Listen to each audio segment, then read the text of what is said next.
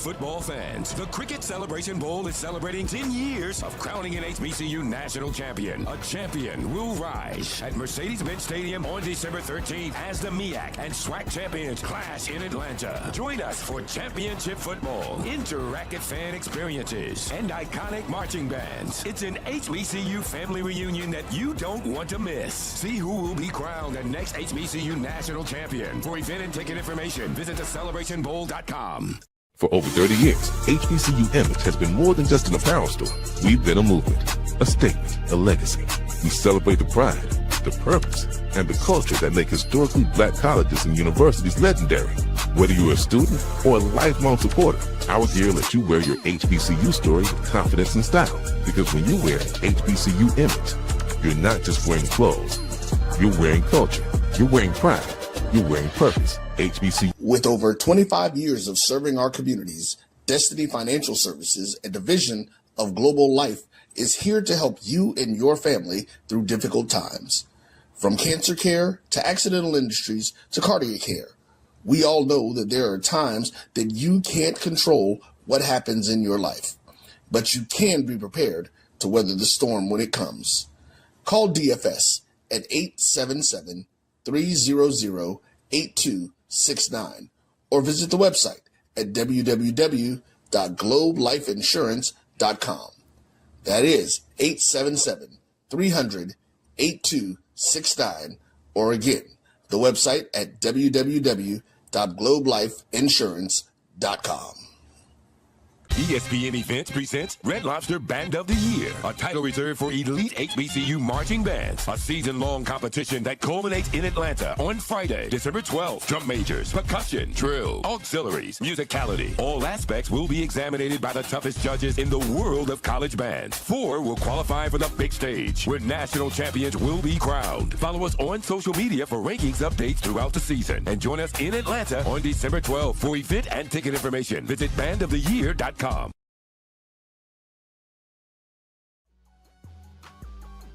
This is the Dean of the College of HBCU Sports, Kenyatta Cavill of Dr. Cavill's Inside the HBCU Sports Lab with Mike Washington and Charles Bishop.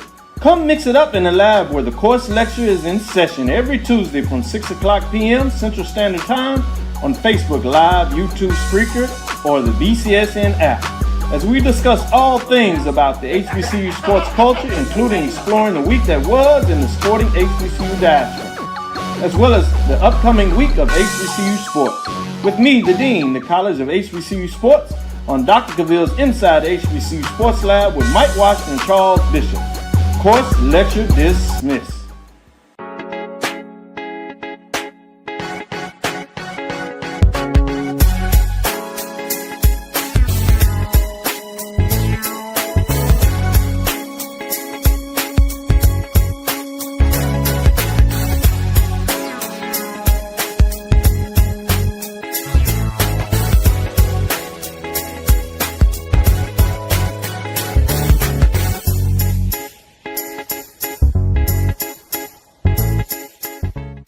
It's never too early to plant the seed, to share the tradition, and instill a sense of pride in your HBCU with your little ones.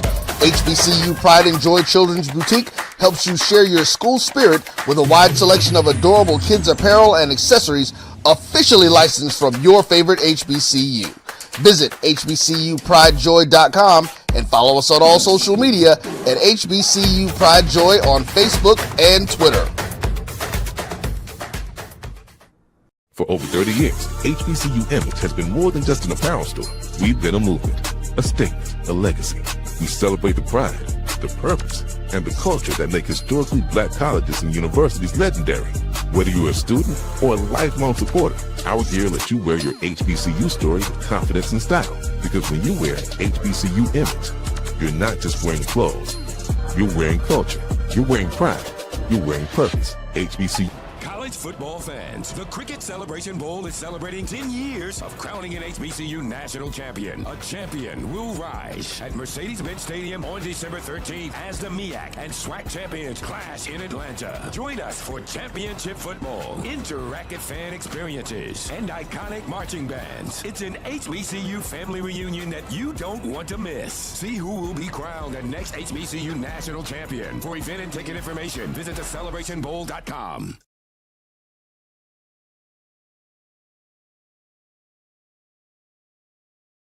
This is Brian Fulford. AD Drew and I are co-hosts of the BCSN Sports Wrap. We talk about all things related to HBCU athletics. From the games, teams, coaches, and fan interest stories, we cover it all. You can find our shows on Facebook at BCSN Sports Wrap, YouTube at MyJBN Online, and everywhere you listen to podcasts like Anchor, Spotify, Google, and Apple Podcasts. You can also find the show on the Jericho Broadcast Network's app.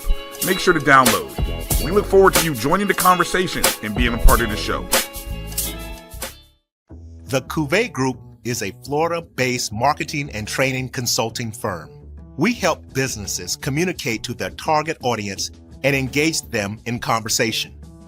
We also help to expand their audiences, which will ultimately result in growth for those organizations. In addition to being a certified constant contact specialist, my colleagues and I are also certified in John Maxwell Leadership Principles. We use these proven principles to conduct workshops, training, and private coaching sessions for individuals and companies looking to take things to the next level. Contact us to schedule a free consultation. Issues today, don't delay, call Cuvée.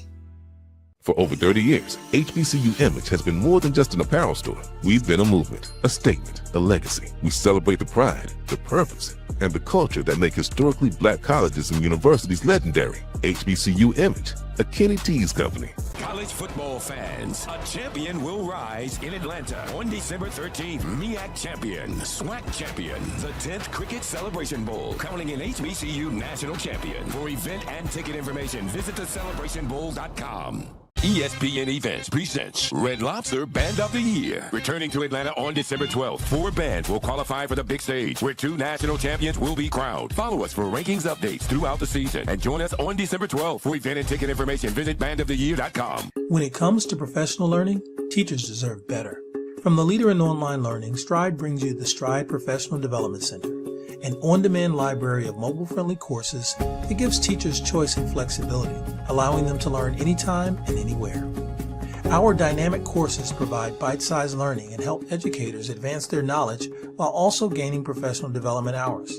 It's time you take charge of your learning. Visit us today to get started.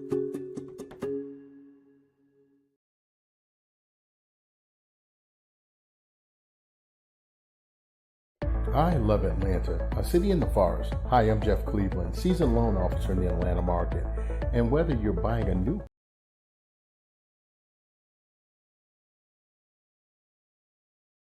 I love Atlanta, a city in the forest. Hi, I'm Jeff Cleveland, seasoned loan officer in the Atlanta market. And whether you're buying a new home, refinancing to do debt consolidation, home improvements, or just to lower your payment, give me a call. I'll ensure that you're treated with dignity and respect, that you're informed throughout the process, and that there are no surprises at closing. Give me a call and let's get started.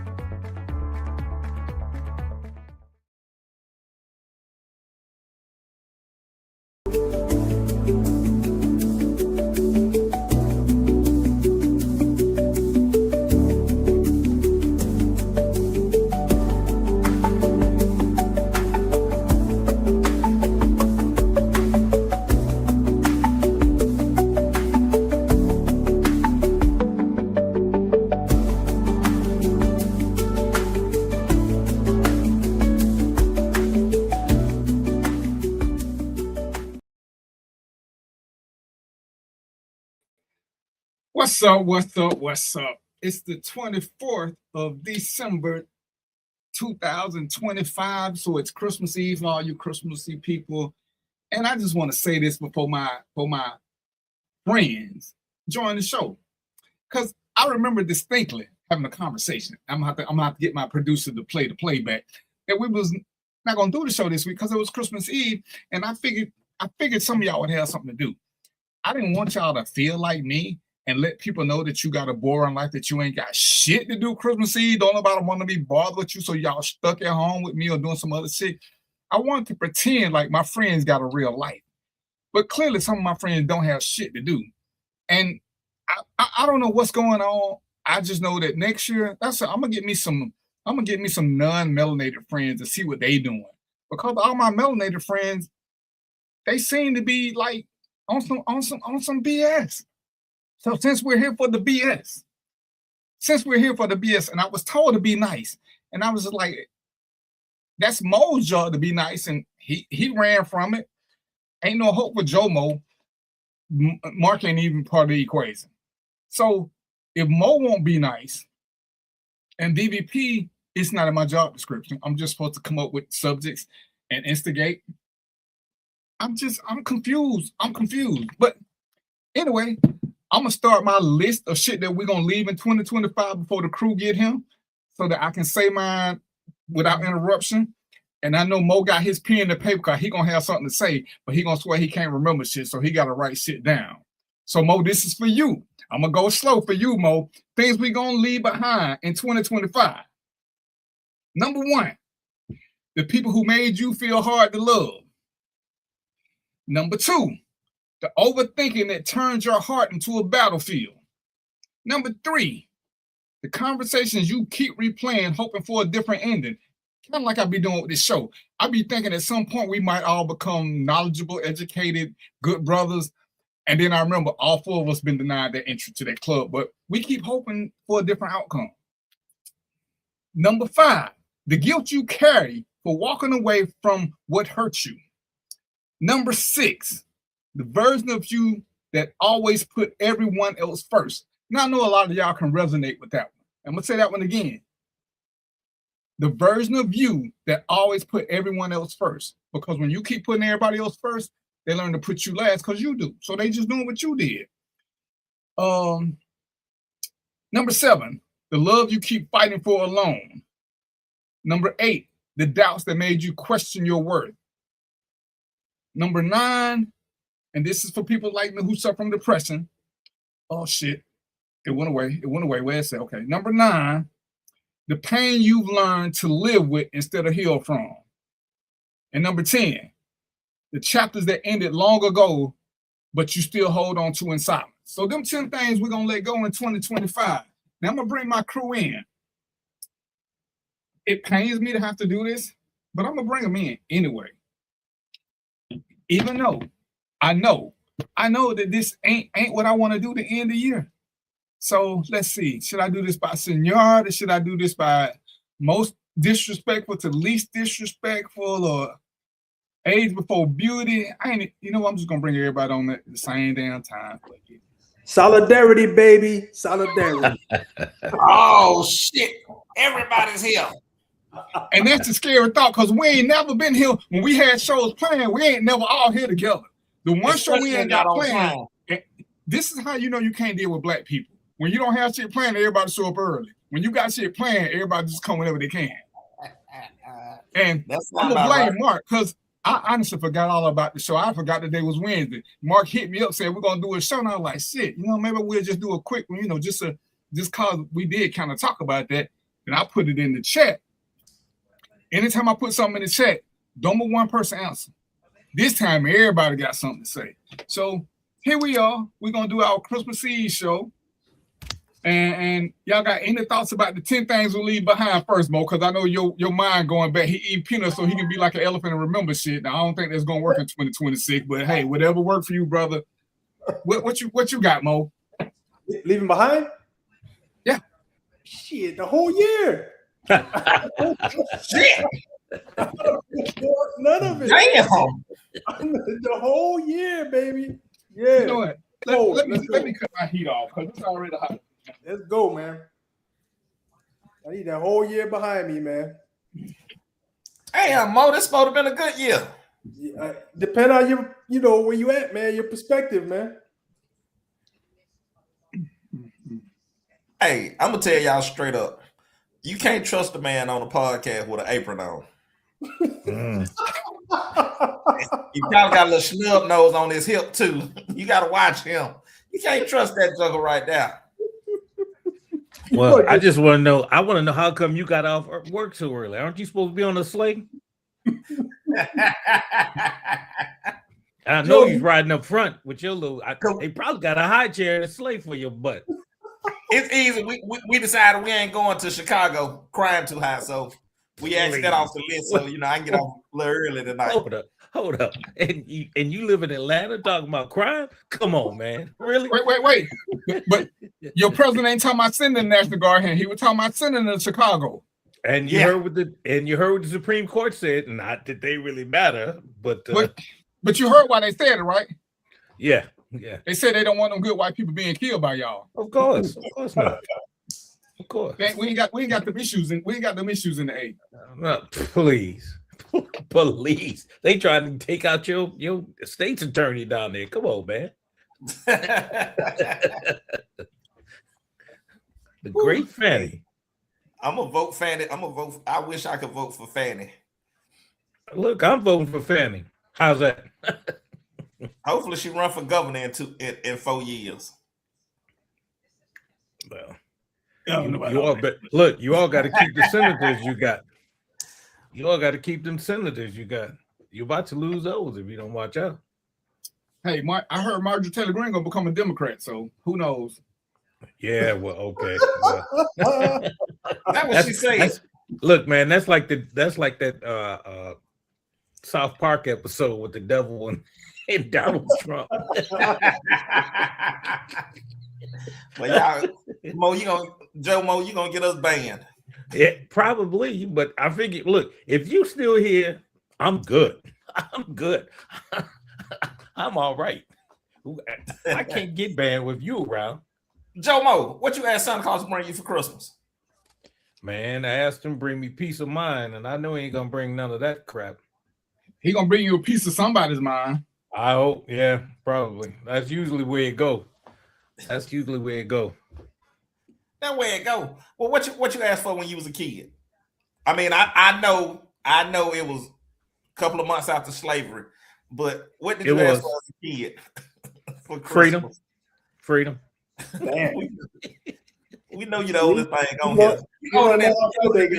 Right? Well, they said no. See, I asked for them to let Mark be free, and they said, it's like Uncle Ruckus. We can't let him go. Hey, DVP, we can't trust them new Negroes over there either. Hey, man, I'm just trying to make it to the end of the year. That's all. We're gonna make it. But for real, but as kids, when we all celebrated Christmas, we was excited to wake up on Christmas Day. What was one of those gifts you asked for that you actually received? And one gift that you asked for that you never got? All right. I asked for a big wheel. I never got a fucking big wheel. It caused a lot of problems. My mama she gave me a big wheel when I was like 22. I was like, Mom, for real? For real. She's like, I'm so tired of hearing about that big wheel. I said, Mama. 22. Bro, and I'm gonna tell you what she did. Now, this is how you know when your parents out of touch. And Mark, you might not remember this, but she didn't get me a big wheel. So one year she tried to be slick and she was gonna get me a big grain machine. I said, Mama, a big grain machine and a big wheel is not the same thing. They're not the same thing. I want a big wheel. This grain machine thing, I didn't understand it. You had to do too much. The big wheel had one steering wheel. That grain machine, you had side pedals. Mom, you trying to get me killed, trying to get my insurance money. I want a big wheel. And I take it back, I was 18 because I went to join the military. When I came back home from basic training, there was a big wheel. And my big G.I. Joe ass got on that big wheel, got on the biggest hit, and I rolled it down. I said, you still don't get no mother of the year because I was tortured for 10, 15 years because I didn't get a big wheel. That's all I wanted. The gift I did get that I wanted, I did want that G.I. Joe with the Kung Fu grip. She got me 2 of them. But not getting that big wheel, that was probably what started my PTSD, not getting that big wheel. That's what it was. That's my story and I'm sticking to it. Hey man, so wait a minute. What so Mo, you just sent this Jesse Jomo Jackson now. So you want some of this too, huh? Okay. No, right. Listen, you said keep hope alive. I got some. No, it's too late now. No. I see you and your little brother hanging out. I mean, one of y'all, one of y'all can drive the car. The other one can press the wheel. You know, one can hit the brake pedal, one can hit the gas. But I see, ain't no problem. See, this is the kind of stuff I'm telling y'all we need to lead in 2025. See ain't happening. We got to lead that in 2025. Never. Yeah. Okay. Yeah. So it's gonna be like that. Okay. Yeah, we gotta lead that in 2025. Jesse Jackson. Yeah, I got you, Jesse. But I do have a pistol. Hey, so what was the question again, DP? I think I know what it was. The question is, what gift did you get that you wanted, and what gift didn't you get that you wanted? Okay. Gift I didn't get that I wanted was that damn big truck. That remote control, this way before they had that remote control car. You drive that, it was a big truck, you remote control it. I never got one of those, man. We was poor, so I wasn't getting it anyway, but I wanted it. Mo, I'm willing to bet J-Mo got one at his house right now. I bet you do. You know I do. Mark, you saw it. Can you have one? I know. See, Mo, you can get one from Jesse Jackson. Man, that was damn 50 years ago, man. I don't want one now. You'd be surprised those things work. Look, some of the stuff that I build and some of the people I hang with, those things are big money now. But it's interesting because the things we thought as toys, as we get older, when we acquire them, those are things we couldn't have as kids because we couldn't afford them. Right. You know, for Mark, he just wanted some the shoes with the high heels, but for different reasons. What can I say? Jomo came out swinging today, boy. Oh man, listen, this boy had me writing some stuff. I'm still writing some stuff on the wall about this boy. I got me listen, man. I had to go get me a spray can full of paint to write about this boy. I had some stuff to say.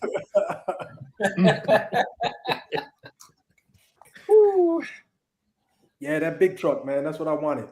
And I didn't get the G.I. Joe Kung Fu grip either. But you said that already, so we couldn't afford it. So that was that. Yeah. That's before my time. For me, since I'm much younger than y'all, for me it was a Nintendo. And I got my Nintendo. Ooh, I was so happy to get that Nintendo. Oh, you got the Nintendo. Okay. And it's bad because I got the Nintendo, but my mama and my uncles, they want to stay up and play with it more than I do. Oh yeah. And it's crazy that you couldn't stop old people from playing Duck Hunt. They wouldn't play Mario Brothers, but they'd play Duck Hunt all night long. That's because they had killer tendencies. They were shooters. That's what they were telling you. It had to be because they would actually try to shoot the dog. I thought you were gonna say you got the Nintendo, but they didn't get you no games. That's probably more true than not. I wasn't as poor as I thought I was. I had a decent upbringing. Oh, you couldn't tell me that. Oh, come on, man, you lying. Hey, man, I didn't realize this till I was an adult. Well, before we go on, Joe, what did you get and didn't get? Man, listen, we were poor, so made do with what I got. Being the youngest of the four, the hand-me-downs were presents to me. So no question. Joe, I thought you was gonna go with the tire. I thought you were gonna go with the tire with no rim. Shit, I might like that. Are you kidding? I can make some out of tire with no rim. I can roll down the hill with that. Yeah. Man, so every year y'all looking in the Sears catalog and the JCPenney catalog, write down what y'all not gonna get. Well, it was just Sears back then. Wasn't no JCPenney. It was just Sears. See, now you know. See, it was just Sears. I forgot I'm a lot younger than y'all. No. Listen, Mark. Sears was the high profile catalog. Correct. We in the finger hut and all kind of other dumb things. Right. 12 CDs for 12 cents, that kind of stuff. Hey man, that was around during slavery. Oh Yeah, man. Yeah, y'all still owe them people money, don't you? You're damn right. They still looking for you. Oh yeah. Hey. I don't know if Mark gonna get this, but y'all will. That damn encyclopedia dude still looking for me. Well, 8-track for 12 cents. No, the encyclopedia guy, man. They used to come around selling those, man. Yep. Door to door. World Door to Book and door. Encyclopedia Britannica. Yeah. Yes, sir. Yes, sir. They still looking for me. They ain't gonna get me. Well, we had a set of encyclopedia. So now them probably worth a lot right now. If anybody still got a good set of them Encyclopedia Britannica, that's probably worth a lot of money. Still got mine. I wouldn't doubt it. And we had a set. Now, who paid for it? I don't know, but I know we had a set at the house. You know who paid for it. I don't know. Yeah. They were there people for the that paid for generation that. before me. Hold on, man. Look, here's a dude talking about a Nintendo. He had one game to play 4 years. He probably still playing a damn game. He talking about Duck Oh, Hunt. no, man. I will say now, I had quite a few games. Mm-hmm. I can say I had all the video games. I had an Atari 5200. Then I went from there to a Nintendo. So I had video games from Nintendo. But check this out. You ain't legit if you didn't have the Mattel and television. I wasn't that old. Y'all had ColecoVision. That thing probably when it started around ColecoVision. That Intellivision was the first one that had the football game on it. See, you know what I'm saying? We was about that life. Y'all had that football game that just vibrated to make the people move, made all that noise. No. Hold on. No. Down the field. Hey, yeah, you gotta adjust the bottom, man. Make sure they go the right route. Right. See, and we knew how to throw passes with it. we had the triple threat quarterback who could throw, kick, and run. You know what I'm saying? Y'all young people don't know that. Yeah. I ain't mad. Then you had to learn how to bend the things on the bottom to make them do certain things. Yeah, exactly. Hey, Joe. What did you say, man? When you set it up, you're like, okay, this is gonna make them do what I want them to do, and they do something different. What you do? Totally different. Of course, oh man. Hey, Stephanie Brooks. Hey man, I just want y'all to stop for a second. I want y'all to recognize Stephanie Brooks. That was my second grade girlfriend. I reconnected with her on Facebook. Oh my God. Stephanie. What's up, Weezo? We ain't gonna hold it against you, Stephanie. That was second grade. In the second grade, she was the prettiest girl in the school, and I was the smartest boy in the school. That's the only reason she liked me, because I was smart. Well, you were homeschooled too. Come on, man. Oh no, wasn't no homeschool back then. Everybody had to leave the house at 8 o'clock. You ain't got to go to school, but you can't stay in the house. Everybody got to go. Yeah, he was the smartest person in his class. You the smartest guy in the room. I was the smartest person at the school. In the class, you have 4 students and 3 teachers. But ain't no Atlanta public school ever had just 4 students. Ever, never. Ever, never. I was at Edward Randolph Carter. I was like, hey, I was that dude. What's up, Steph? We can tell about your bald head. You wore a helmet for a long time.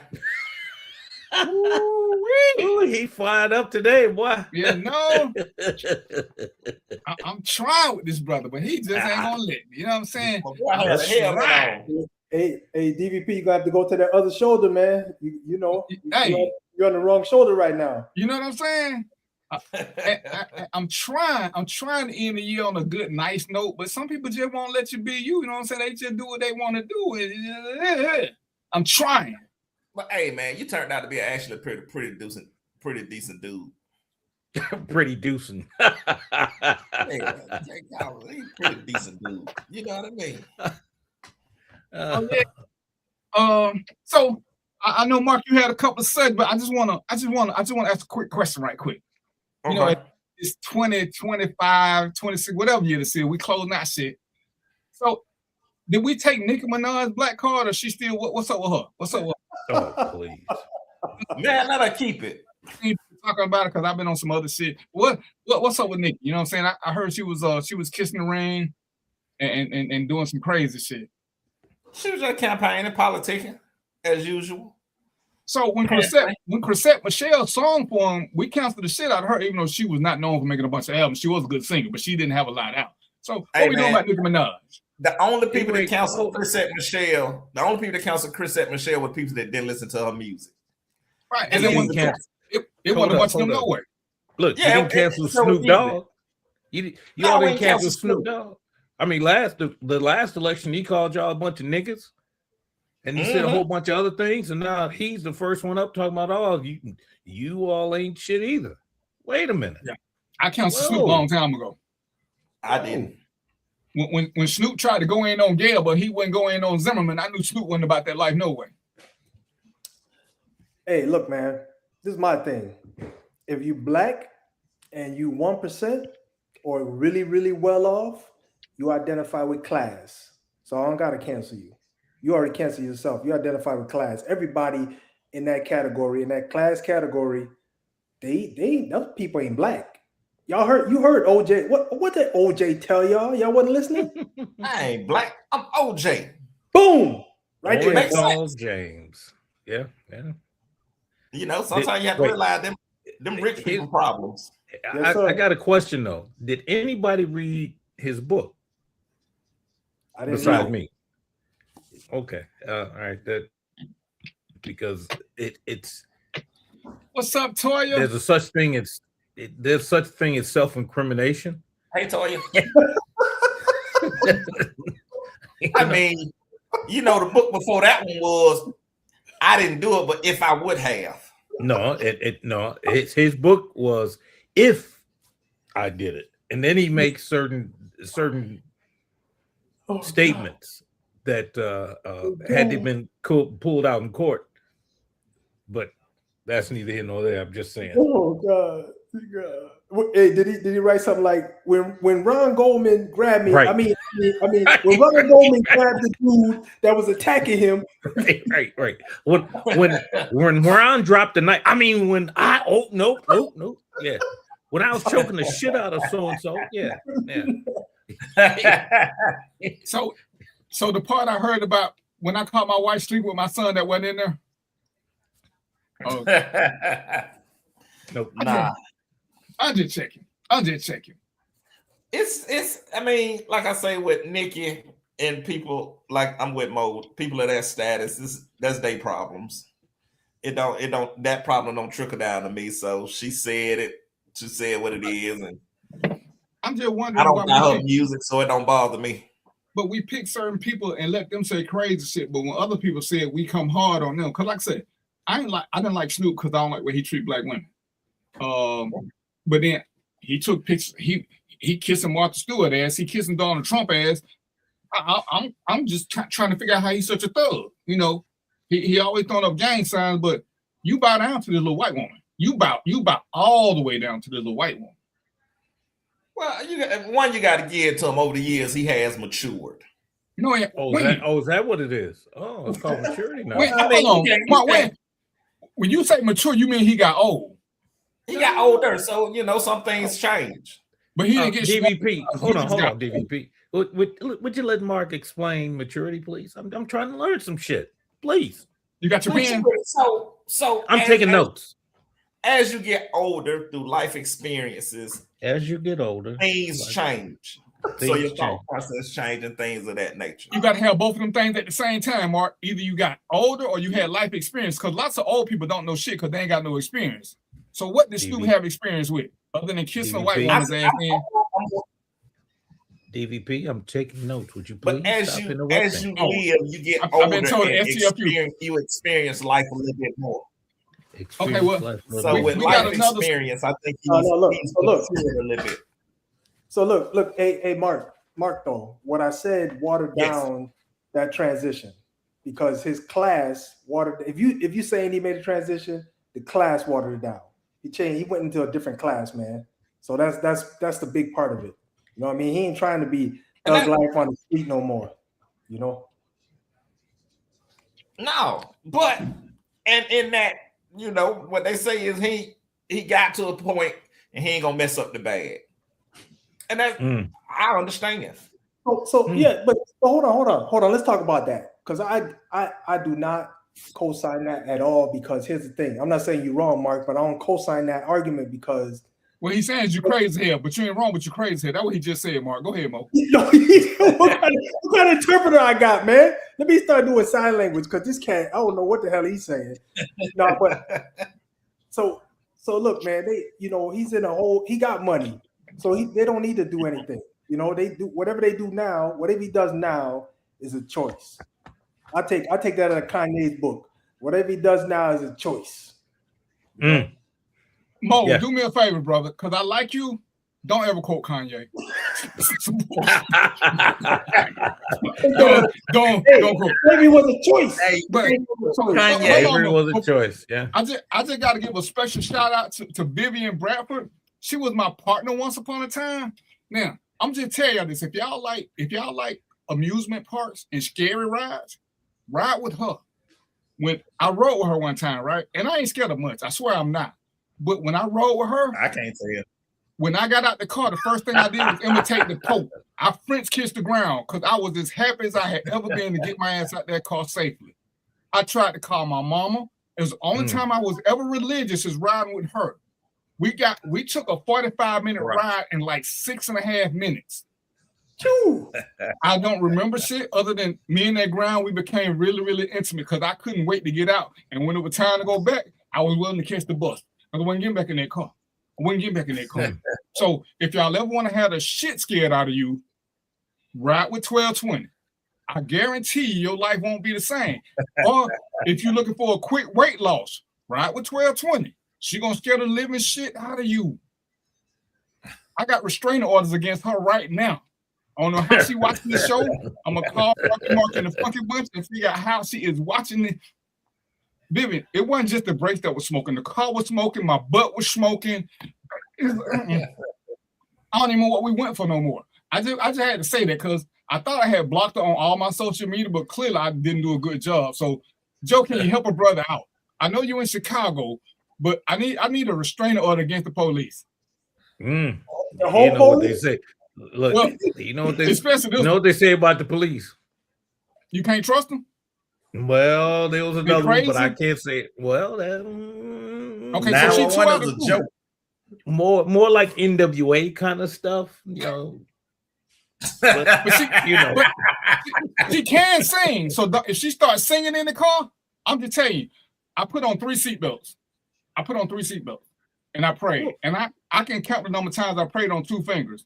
Both of them was with her. Well, let me ask you this, man. Let's see. You started off talking about Miss Watson, and now you rolling over on Miss Bradford. Hold on. Who are we talking about? I mean, I ain't saying nothing bad about Miss Watson. No, I didn't say I just said you started off talking. I just spoke to him. I spoke to her. I spoke to Stephanie. Is this dry? Are you dry snitching like Mark said? I just want to. He's snitching. No, he's straight up snitching. I'm straight snitching on Whoa. Hold up. Mark said it. And look, if the little elf says something, I gotta listen.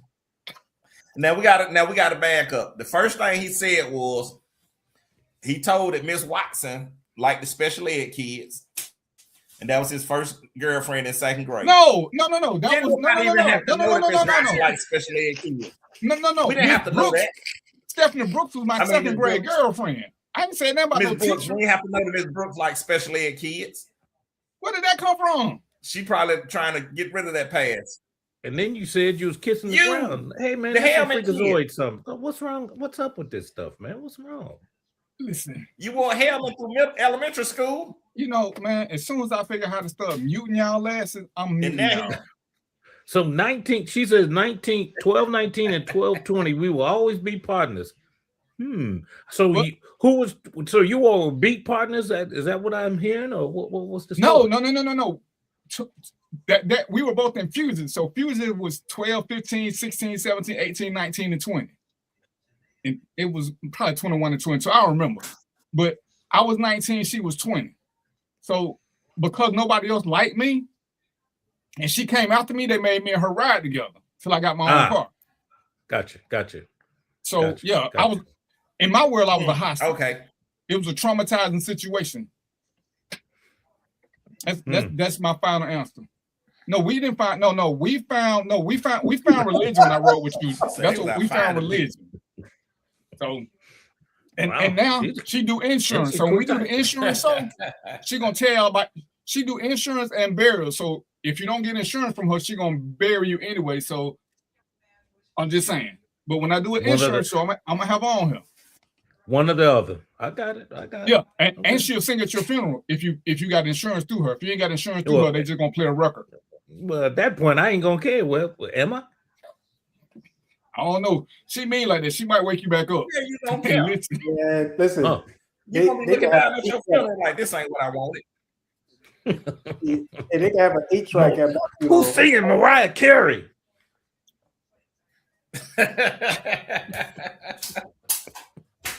So, Mark, go on and start off with the Kwanzaa thing. You wanted what day one starts tomorrow. What we doing for day one? We're gonna be Kwanzaa buddies. Everybody, hold on, that's not one of the. Hold on.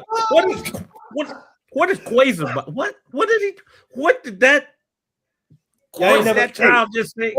Leave Mark alone, man. Y'all ain't never been in the military. It's called the buddy system, man. Chill out. Look, I understand the buddy system. I just don't understand buddy's language. How about that? That's because you're a little thrown off. Yeah, I'm a little thrown off, all right. I told you can't trust nobody wearing an apron.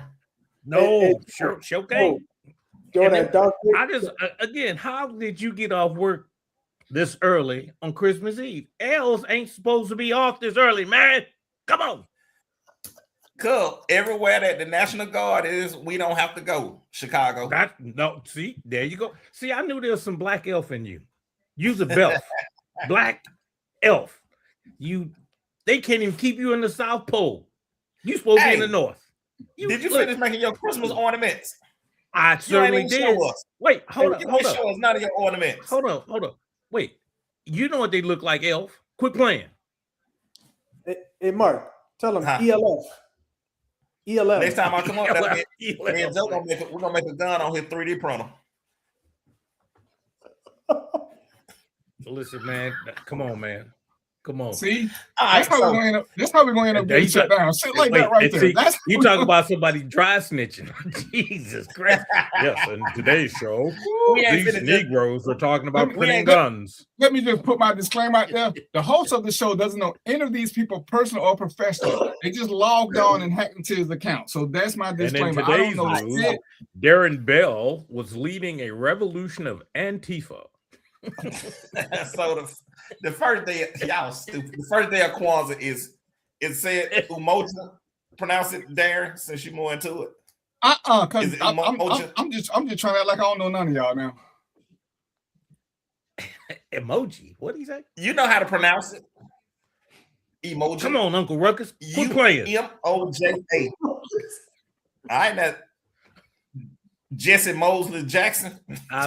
Come on. So come on, man. It's about unity. Come on. It's about maintaining unity within the family, man. So when y'all sit around the tree in the morning, singing, eating hot chocolate and drinking coffee, hold hands and sing Kumbaya and talk about unity and keeping the family together for 2026. He said, "No, crazy." But it's about unity. I mean, the day is for unity. So if this day is for unity, let's, come together. And we all gonna come together for this show. We're gonna hold hands and have a come to Jesus moment so we can, be okay. But truth, unity. The first day is about unity and family unity. So what and quick question, quick simple answer. What can we do as each other individually to bring unity towards our family, to the ones that, we talk about we don't kick it with no more? And I'm Make gonna a say quick short answer. The first thing we can do in my mind is find something. I'm gonna challenge you to one or two things. Either find something positive to say or don't say nothing. Don't say anything negative. If it's negative, just let it go. But find something positive to promote amongst us. No matter how small it is, but for 7 days, don't say nothing negative about Black people.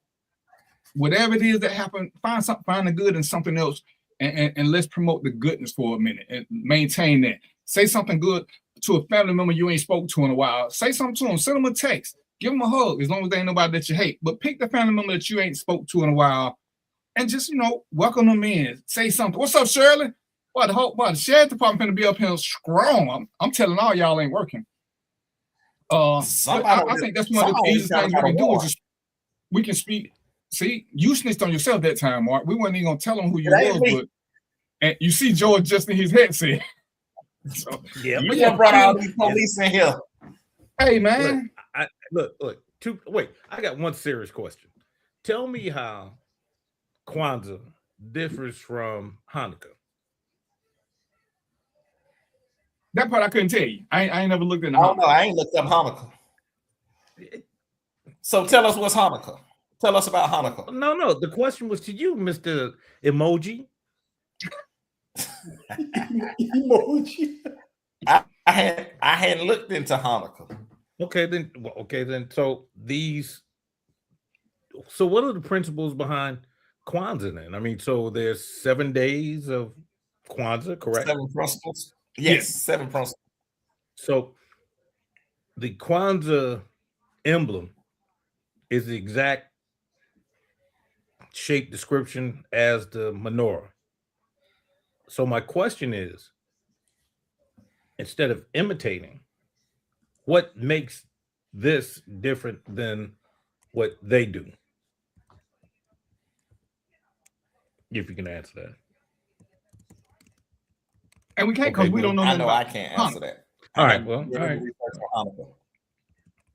I mean, okay, I'll leave that alone. I'll leave that alone. But I'll start off by saying something nice about Mark. Mark is a tall guy. Oh, take, boys and girls, whoa, take. One day, not today, clearly, but one day. Not today. No, it ain't gonna be today, and it ain't gonna be tomorrow neither. Maybe in 2026. Man, please. You can't invite a brother into your home and then talk bad about him, especially when they jump out of a car. Oh, the step stool.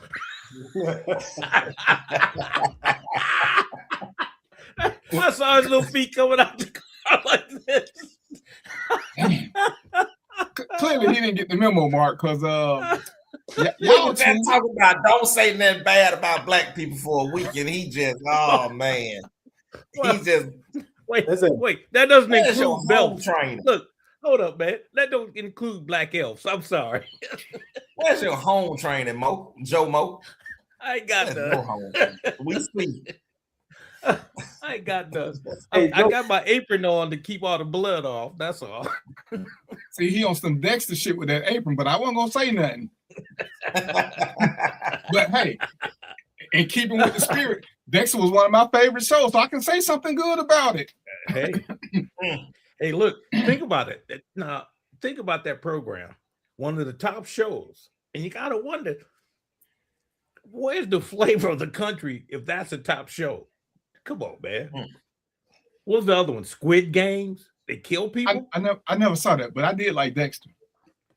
Yeah, Squid Game was pretty interesting. But you're right. But go ahead, Mo. Answer the question, Mo. I forgot what the question was. This dude, are you serious, Mark? Do you know? Hey, he didn't have a pen in his hand. Mark, you know who you're dealing with? You asked that question 5 damn minutes ago, man. What's wrong with you, man? I gotta get away from Joe Mo. He the one who I know, but you asked it 5 minutes ago. You think I know what you asked?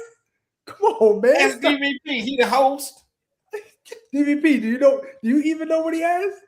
What can we do to maintain unity as a family community? You read it, bro. You read it. Hey, that's why I got these screens so I can pull shit up. You got a pen, I got a screen. So you know what I'm saying? And then we got Joe Mo over there, the walking library. So when in doubt. All right, ask that again. I'm gonna get my shot. I'm gonna try to get my best shot. Go ahead, ask that one more time. What can we do to maintain unity as a family community or a race of people? Oh, so yeah, I did have an answer, and this is my answer. So y'all probably not gonna like this. I'm gonna say nothing. I'm gonna say that that's a cooperative campaign. So people gotta want to do it. I got a chapter in my book where I was the one that was always trying to keep the family together, and nobody else was interested. So essentially, I was wasting my time. So it's not a cooperative effort. You can't when you say we, if you're saying we as in us, each of us as individuals, I'm gonna say nothing. You're saying we as a collective, then that means some people are already in the group that want the same thing. That's a whole different story, because that right there, you can drive that. But just as an individual, I can't do nothing to tell. I tried for a couple years to get my brother to invest. He didn't want to, so I had to let it go. So anyway, that's my answer. And as we move forward, even though I know I'm gonna get some kickback from Joe in the bigger picture, we should start looking at stuff that's for us anyway. And it's always bothered me that we love making millionaires a million more, but we don't want to make hundredaires and thousandaires. And like I say, and it ain't to knock nobody, but my biggest example is number 7 and even Shador Sanders. These guys got money. So when everybody going to, I'm going to do this, I'm going to buy his jerseys from his website, I'm going to get him paid. But then you won't support your friend who got a startup business. You won't support your friend who did this, but you will spend $300 on a jersey to prove a point to a guy that don't know nothing about you and don't give a shit. And I've never understood that mentality from us. What's going on with Willie Watkins? Oh man, here come the mortuary people. So man, we're gonna have to do a show on insurance next year and funerals and stuff. As soon as y'all mention Dexter, here come Willie Watkins Jr. Oh Lord. And Joe, you don't know, but Willie Watkins is the black funeral home of the South. That's where the black folk go. So I don't know if that's a sign to me or to Mark. Oh, you know what? I did have a friend that died yesterday, Monday. So maybe that's why they're here. So but yeah, we shit, I had a moment that I forgot what I was talking about when Willie Watkins showed up. He made me nervous. Shit, I panicked. What was I talking about, Mo? You really in trouble. Hey, you and DVP better never get lost together. You really in trouble now, brother. Good luck. Damn, I'm about to turn the show over to Joe. That's no, you say you're here, Joe Mo. Joe said no. Not me. You be in jail. You had asked me, DVP. You asked me, something about keeping family together. Why we like making rich people richer, but we don't want to help the people at our level who actually try to do something around us. That to me is insane. Why do we do that? Why do we want? We'll go out and buy Kanye shoes for $600. We'll go out and buy even Jordans. We'll go out and buy Jordans for $600. We'll buy these damn jerseys for $400-500. But our kids hungry. We won't buy school lunches. We won't contribute nothing to after school programs. But we'll spend all this other money making rich people richer. What you got, Joe? Well, I was going to say again, people are not going to like the answer, but it's really part of the programming. Have you ever cared whether or not they like the answer?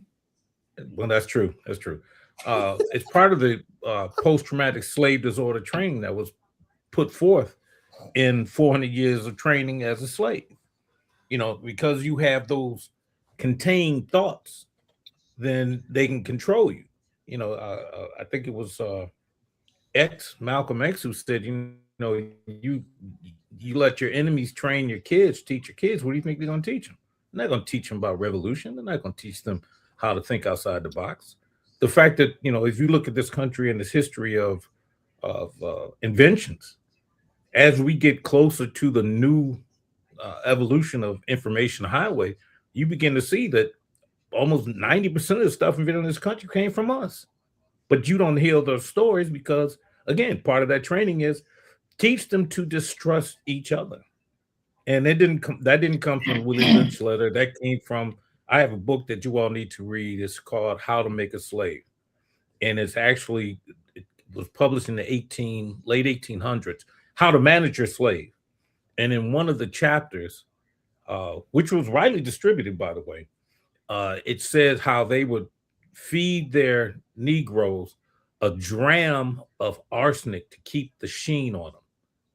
A dram of arsenic. They were poisoning us legally.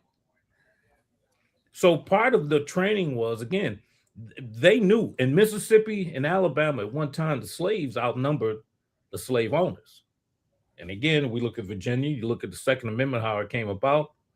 In reality, it wasn't about farmers being able to arm themselves. It was put down slave revolts. They could pick up armies and put them together and put down slave revolts. If we look at how policing started in the United States, it came from slave hunting. And anybody want to debate that, feel free to pick up the phone or feel free to jump in anytime. I'll eat you alive on that. But those things contribute to how we look at each other. Look at all these other immigrant groups coming in. Tell me how they're able to excel when we've been here longer. How is it that in our communities, particularly Chicago, Atlanta, New York, even Detroit, all these centers of commerce that have now become urban centers for Black folks are now collapsing? But yet innovations are still going about. But all these other people can come in, get loans. Why do you think that these people can come in and get these big loans and buy houses, and you got to pay 26% interest to buy a car that you're going to pay for the next 6 or 7 years, but you won't invest, as Mo said, in stocks? That's their training. See, their kids, there was a joke. It was a Jewish parent talking to a Chinese parent, and the joke was that your kid will graduate, but my kid's going to be a doctor. And the Chinese kid, well, my kid's going to employ him because he's going to be an engineer. However, the joke went, but that's the way they joke. But if you look at their systems of education, they're not playing. This whole thing of these visas or the technical visas being issued, look who's getting them. All the technical visas, and Trump told you all, we don't have enough talent in the United States, but you all voted for that mother. Ain't no talent in the United States. So they have to import these engineers. Ain't no talent, my ass. But I'm sorry, I'll step back. See what you did to Joe? See what you did? See what y'all did? I seen a vein in his forehead popping out, man. Y'all don't stop doing that. Now, I know, look, man, I know you ain't talking about foreheads. No, you're not. No, don't do that. I got a nice one, man. Right? Dude, all the way back. No. All the way back. You look like a Klingon talking about a forehead. Come on, man.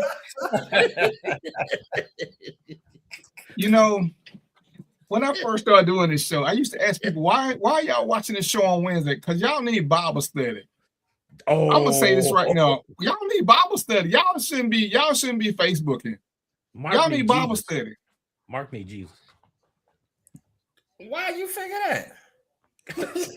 Look at your little fingers burning up. Look at you. I said Jesus, and your head turned away. Look at you. Yeah, your little ears are burning. I was making sure it went in one ear, went out the other ear. Look, I know. Your little feet hanging off the chair like this, ain't they? See, man, it was so peaceful. I'm gonna figure y'all out one day. Not today, but one day. So, what the hell? Because I ain't got. I'm actually working tomorrow because it's time and a half, and I believe in maximizing my funds when I can, and ain't nothing to do. What y'all got planned for tomorrow? Other than like I'm gonna watch football first, then I'm gonna work at night. Joe, what you got planned? I'm gonna get you out the way first because you scared. Look, man, I'm gonna be like Pinky the Brain, take over the world. You do that every day. You ain't gonna do nothing special for Christmas. Hey, don't come down these parts. Go ahead and take on the rest of that, man. Don't come down these parts. Well, I figure Mark will be off duty by tomorrow morning, so I can come get, snatch his little butt up and we can go do some shit. That's right. Yeah, then we go grab DVP. Can I get pretty apron too? Yeah. DVP working. No. You're not going to be involved in this foolishness. No, not after we roll up. No, he won't be working. Trust me. Oh yeah, because I'm a damn sure have a squad around me. Look, once me, Mo, and Mark roll up, man, please, Mo, Larry, and Mo Curtis. ain't coming. Mo ain't coming. Oh no, Mo coming. No, the brother's coming. No, the brother's coming. Trust me. Hey, Joe Mo. Yes, sir. I asked Santa for that 5.7. Did you? I sure did. What, 5.7 in height? No, sir. Oh, okay. That 5.7 we talked about. Okay. You like that, didn't you? I told you. I sure did. So I'm telling you. Mo, are they having a code of communication on the show like we ain't here? Hey, man, let the brothers go, man. They doing good. They all right. The So two I'm looking at my Klingons talking tree. shit. Look at that. Ain't that Hey, something? man, this is an end of the year show, man. You gotta loosen up some DVP. Let them go, man. Let them go. Hey, Mark, you see the Klingons are talking, right? So I see. Yeah. One I more see a helmet vein in looks his good. forehead. How dare you talk about somebody's forehead? It may be they may be upset they hat don't grow no more. That's what it is. Yeah, forehead pays. You know, there are times, and somebody asked me to try to be a professor for my last 2 shows, and I said I was going to try. I said, but have you seen my co-hosts? I can't be a professor with them. I can't. And he's like, well, just try to be good. Try to be nice. I was like, have you seen, for me to be good or nice, I got to do a whole show by myself.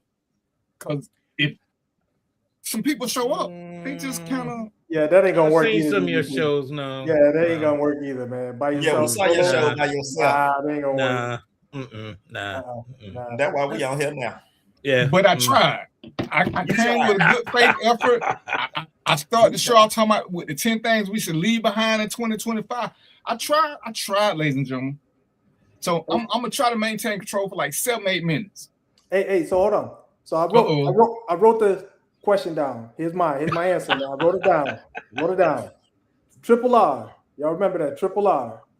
Reflection, relaxation, and rest.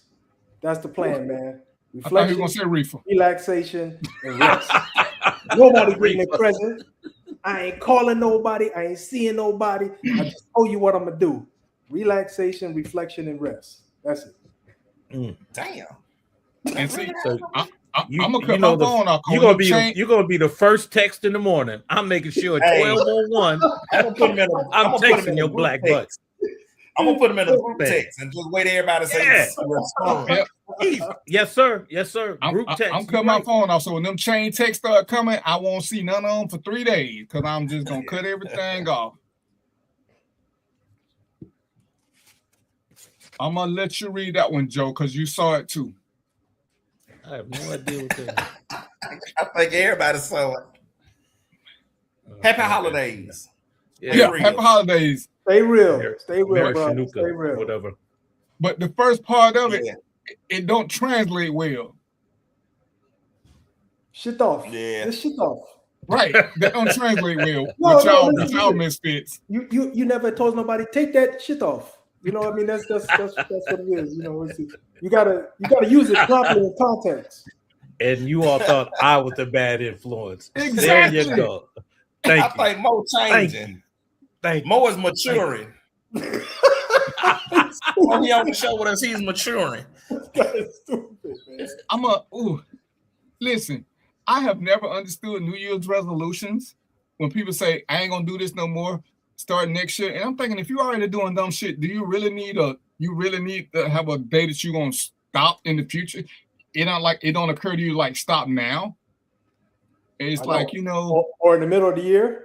Whenever you realize whatever you're doing is dumb or don't make sense, it don't occur to you to, you know what?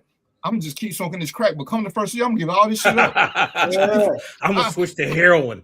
Ooh. Yeah, you know. Hey, DVP, man, I did a poll. New Year, new me. Figure out all these people that do these New Year's resolutions, how long they typically last. What y'all think? How long these New Year? So you make I'm going on the weight loss plan. Oh, I'm gonna eat better. I'm gonna do whatever. What'd you say? We say 24 hours. Martin Luther King birthday. Oh, the 15th? Yeah. February 15th. You give him a month and a half? Nope. I'm gonna give him 2 months of bullshit trial and error because the first 2 months is holidays. The first 2 months of the year is holidays. Nope. Yeah, them resolutions don't last, man. No. Week. I give him a week. Yeah, I think I'm with Joe. About a week. Hey, this is one we should do. This is a group project. Because y'all are spiteful. We should all do a thing and say, for all y'all who said in 2025 y'all was gonna become millionaires and say it out loud. How many of y'all millionaires now? Because y'all said if you said it'll happen. Because I remember a lot of people, 2025 gonna be my year. I'm making my first million. And I'm thinking there's a lot of Monopoly games out there. Hey man, y'all still broke. Yes, sir. Listen, man, ain't nobody gonna answer because I did that in 2024, and I was saying, how many of y'all actually accomplished your resolutions, and no quiet, crickets. So ain't nobody gonna answer when you call them on it. Well, what about? Go ahead.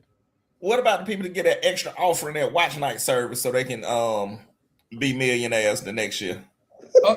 It's extra so they can sin a little bit more and think it's okay. Hey, Mark. They made a millionaire, but it just wasn't them. That's all. Put an extra in the collection plate for that. Rule number 1 to being a millionaire is to not keep giving your money away. That's rule number 1. Don't keep giving your money away. That's never worked. I'm gonna have my collard greens on New Year's. I don't care what y'all say. What they say about collard greens? You know the greens is for the money. You get the money throughout the year. Through collard greens? Yeah. Hey, Mark, I got hold up, man. Listen, that must be some new age shit. That's that old school shit. Y'all, you got 3 old dudes that ain't never heard that shit, Mark. You got 3 old dudes we ain't never heard that. You know they gotta cook the collard greens, the black eyed peas, and some other shit they cook on. Hold on. Since you know so much, young blood, tell me about the black eyed peas. Is there anything? I thought that's supposed to be for good luck. That's supposed to be for good luck throughout the year. Oh, they don't mean people gonna be whooping your ass and dotting that eye? I'm just trying to figure out this. But y'all old Negroes act like y'all ain't heard that before. Never. So you ain't never heard that you ain't supposed to wash clothes on New Year's Day because you'll wash somebody out the family? Hey man, your parents start off early playing April Fool jokes on you, Mark. Hey man, hey, to the people in the chat, if y'all heard this old shit, these old sayings, don't let them know, man. I ain't making this shit up. If you heard them, make sure you put your age on them so we can tell you how much your parents didn't love you. You stupid. Look, man, you do know that Mark's parents used to drive him to school every day and then tell him to find his way home. You know that, right? I walk to school.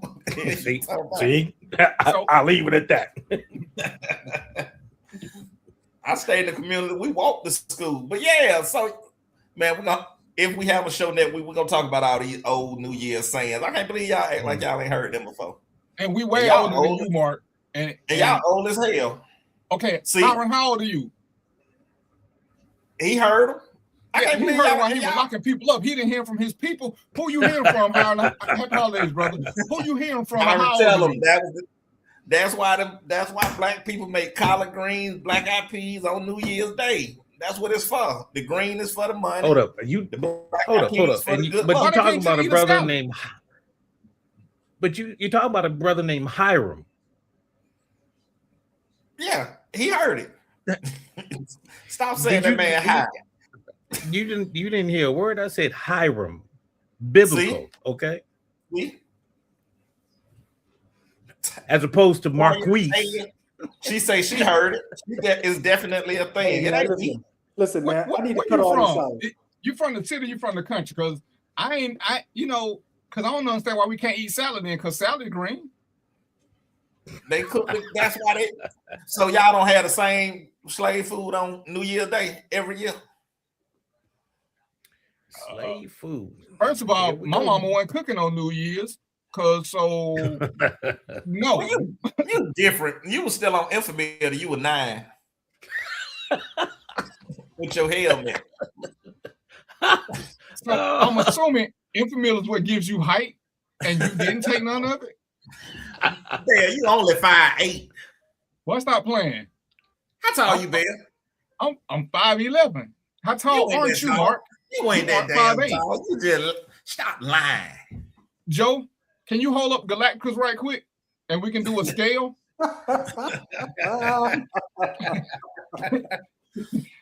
See, Joe, go on to bring Galacticus to the screen, Joe. Because people in the chat say it's the same. They know The people in the chat say it's a thing. They know what it is. No. Not the people. Go make a post on your page. One said he heard them. One said it's a thing. Yeah, they heard it. And one is from Connecticut. Hiram say he heard it. He heard it. He ain't never seen it. He heard it while he was locking people up on New Year's. So you eat greens for money. They serving on Rice Street. What Rice Street? Yep. Black eyed pea for good luck. Shit, they lucky they still in the jail over on right. Bro, they don't even serve vegetables.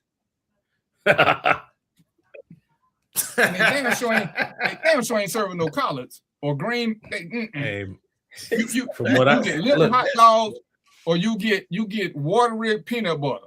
Them your choices. Shit on the shank. Shit on the shank. Okay, Taya say she from New York and she 49, so we know in the state of where everybody's somebody's son, because your son, they ain't serving shit. Oh, okay. It's the thing in North Carolina. North Carolina. It's the thing in North Carolina. Love you. No, hey, man. Tradition. Tradition where? Do you do it? You see, it's stretching across the whole East Coast. We from New York down to North Carolina. Okay, Mark, and I'm assuming you went to Atlanta public schools. 2 states do not make up the whole East Coast. It's a few more states that make up the East Coast, brother. And yeah, I say it's coming down the East Coast. It ain't coming down. It's in 2 places. That's more than enough. What two ain't even a majority. You sound like Trump now. More people voted for you than anybody else. That's some shit you just pulled, Mark. 2 places. Oh, it's the whole East Coast. It's the whole East Coast from 2. It's coming down the East Coast. See, we know. See, that's you in Chicago. So is Chicago part of the East Coast, Mark? If you'd have ate collard greens, you'd probably be a millionaire now. But you ate collard greens and you short and broke. You ate collard greens. Right. You broke. You short. Right. So how does that work again? How does that work one more time? I'm trying to figure it out. And remember remember, a little hostile too. The first 2-3 shows we had, Mark, you were still in cars when the show started. Collard greens. Yeah. Okay, so like how I'm saying, did you hear about the man entering the house? I heard that one. All that shit go together. No, it don't. So who cooking if the man got to enter the house first? Yeah. Yeah, what? That's not an answer to the question, Mark. What was the question? If the man got to enter the house first on New Year, who cooking? Who cooking? Duh. What's your Joe, first? Can you repeat it in your accent? Because clearly he's not understanding my southern accent. Can you ask him who cooking if everybody leaving the house so this guy can walk in first? You know the food start cooking the day before. No, because we didn't have this. How long it take to cook collard greens and black eyed peas? Shit, they cook that shit for 6-7 hours. Okay, anyway, I've heard about a male being the first one to enter the house for the new year. The other stuff I ain't heard nothing about. Because after we would do watch night, I would go visit I would go to my mom's house and go walk through her house. Because actually, you walk through the house. But you know, when you walk through the house, did you black eyed peas and collard greens? You just missed out on a good meal.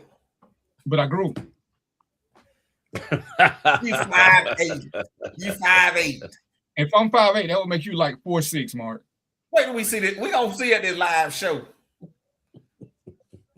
What you going? I'll be there. So we supposed to do a live show next year, and I'm gonna be there. I'm gonna make sure we're gonna do full body shots, so you can't just raise your chair up and look like we equals. Hey right, man, we ain't do no full body shot until I get my New Year resolution down. But even when we do that, you know what else we're gonna do? Because I've learned to do this. We're gonna do the arm test. We're gonna stand out and raise our arms out to the side so everybody can see how our arms ain't the same length. Because people will lie and they look taller than they are until you start reaching and you realize, damn, that dude tall, but he still can't open that cabinet by himself. Is the cabinet that high? No, it's not. The DVP. Your arms long enough to tie your shoe while you standing up. Oh, he trying to say you got monkey arms.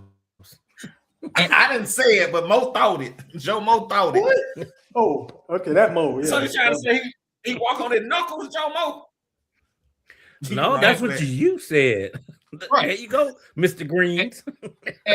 Mark, your arms are like the same length of somebody who was a hostage in Vietnam because you can't reach out for shit. But that's a whole nother story. You know, like you can't even play the ukulele.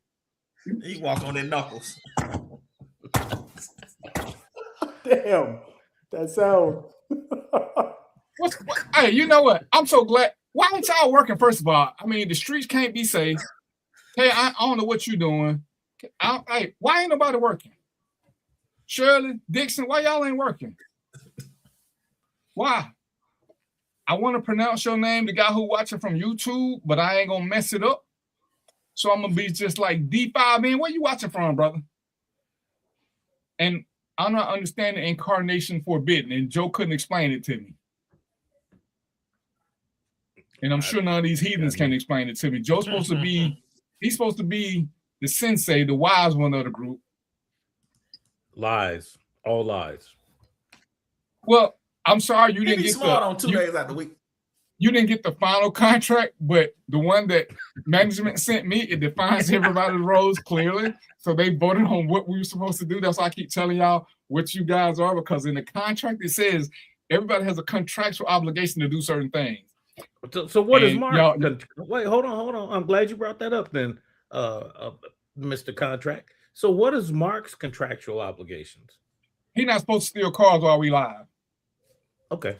All right, I'll go. I can do that. All right. I can do that. Okay. Put the clock in now so I know what time we go off so I can get back to work.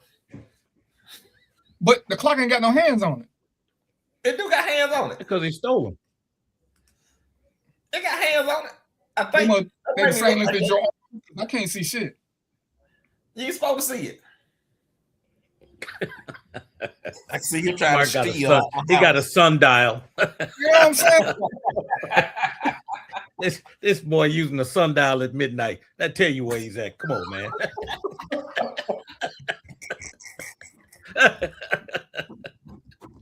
Ooh, look, Mom, my sundial working with moon. No, baby. Okay, so as Mo is trying to, is the sensei number 2? You want to explain this to Mo? No, hell no. I just put it in there, man. You can talk about it if you want to. I don't know what that means, man. I just put it in there. You don't know what it means. I just put it in there for you. Joe, go to private chat and then come back and explain it to us. We want to be educated. What you asking me for? Because you're supposed to be Joe. You're the one who read books with alphabets and shit. We color, we connect dots and numbers and shit. We don't get the books for the words. I see. You get it with the pictures, right? Right. Okay. Man. Next year, I promise you, we got some good shit planned. I don't know what it is, but it's hey man, we can't do it now because I ain't seen it. Have y'all watched the Dave Chappelle special? No, I started watching. I got this. I started watching. I got about 15 minutes in. Can we talk about that next Wednesday? Because I got my own personal thoughts about Dave Chappelle, and when I heard some of the things about the show, it kind of reinforced it. But I want us to have a conversation about the Dave his thing. So DVP, are you talking about Dave Chappelle himself or the show? No, he got a special out. Right. He got a special because the thing is, I'm asking that because Dave Chappelle he went off a cliff, man. He started going real political and started doing real kind of crazy stuff. So I stopped watching the dude. He's not funny no more to me. Right. So and like I said, that's why I said I want to watch it and us have a 15-minute discussion on it. Yeah, okay. 30-minute discussion. But no, ain't gonna be 30 minutes. And so, Joe, can you commit to watching it and so we can have a conversation about that next week? Certainly. I'm trying to pull up some information on now. Okay, is this the one he did in Dubai? I wanted that book form. What's the name of it? I'll look at it. Don't nobody know the name of it. Because he just did it, so yeah. Unstoppable. Okay. Okay.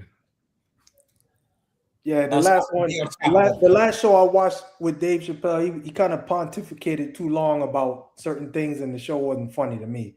But y'all probably saw that last one. I don't know if you feel the same way. I think he said pontificating. Yeah, I used that word, man. Yeah, I learned that today.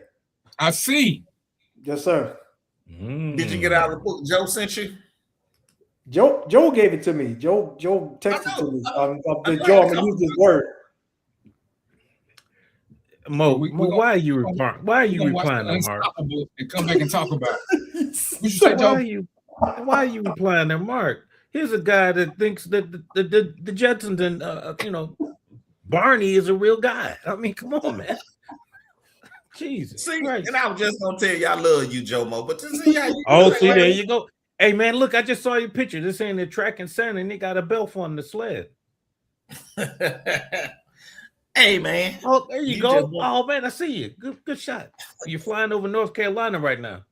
How'd you get off that sled that quick, man? So on that note, Joe Mo, just when you get these collard greens, like I do. I love collard. This one thing that has bothered me for a long time, and I never really had anybody to have a conversation with. I got you brothers here, so I'm gonna ask this question: does it bother you at all that the whole world, what they do is dupe the kids by making the news talk about where Santa Claus is and tracking Santa Claus on the actual news on TV? Say Santa Claus is over to North Carolina. Oh, he's in Oklahoma now. Oh, he's headed towards west now. I've seen that a few times, and I'm just like, man, this is goofy. Let me help you with something on that on a real serious note, somewhere along that line. If you all remember, or just in our lifetime, the number one thing for women to have was a diamond. Well, now if you do the research, you will find that this thing of diamond being a girl's best friend really came about in the late 1900s as a marketing strategy. Sure thing. And what they did was they put such a emphasis on it that it became its own market. So in that vein, again, this is a marketing situation, and that's what they do. Diamonds, people didn't give up until about 1920, somewhere in there. There was no push for women to have diamonds on their hands, but it became a major ploy, a major push, and that's how you have all these companies making billions of dollars. Facts. But now, on a side note, I want you to take a look at who runs the diamond industry. That's a topic for another day too. The Beers, because ain't they the one who started that whole thing? There's a certain group that runs the. I got to run. I got to let my people in. I'll give you a call in a minute. All right. Yeah. So what do y'all think? What you brothers think? Does it bother you guys? It don't bother me. I don't pay much attention. I see it. They, the news. They even here when they tracking Santa. I think it's for the kids, the little kids. But one thing that a good friend of mine said the other day that really stuck out of my head was that your parents were the first people to start lying to you about Santa, the Tooth Fairy. Yeah. So they put those thoughts in your head. To the kids that still believe in Santa Claus, and I don't think it's a bad thing. We just give them something to hope for. They know that when they wake up in the morning, there's gonna be presents under the tree because they still have that innocence in them. So it's not a bad thing for those kids. So Mark, you said a key word. We ain't gonna do this on this show, but maybe DVP will stretch it out on another show. But that hope is leveraged in a lot of different spaces, and it makes people do a lot of dumb shit. You know what I'm talking about. You know what I'm talking about. So I ain't gonna get into it, but I'm just saying that's one of the levers that they use in this world, man, for a lot of different spaces. Oh, we're gonna give you hope here. We're gonna give you hope there. What Jesse Jackson say? Keep hope alive. All this hope stuff, man. And so I'm gonna leave it there because that could get ugly. We'll do that next year. Yeah, it's just like I say, that's what it is until people stop, and it probably never end. It's not gonna end. I just was curious, man, because look, when I was a kid, I did it too, right? But then you get older, you start learning stuff, you learn what things, what real life is all about, and I'm just sitting reflecting about it because I don't have any kids, but if I did, I'm not sure if I would deny them of that. I don't think I would, but at the same time, I would feel some kind of way about doing it. But that's just for me. And here's my thing, because one, it's hard to deny them, especially when they're young, because they're around everybody else who's doing it. Right. I'm okay with the principle as long as we make them know, like we do with Disney, everybody else, this is a character. I don't like trying to make him to be a real person. We don't let our kids think Mickey Mouse is real. We don't let our kids think any cartoons are real. Santa should stay in a cartoonish type way, and so that our kids should know he's not real.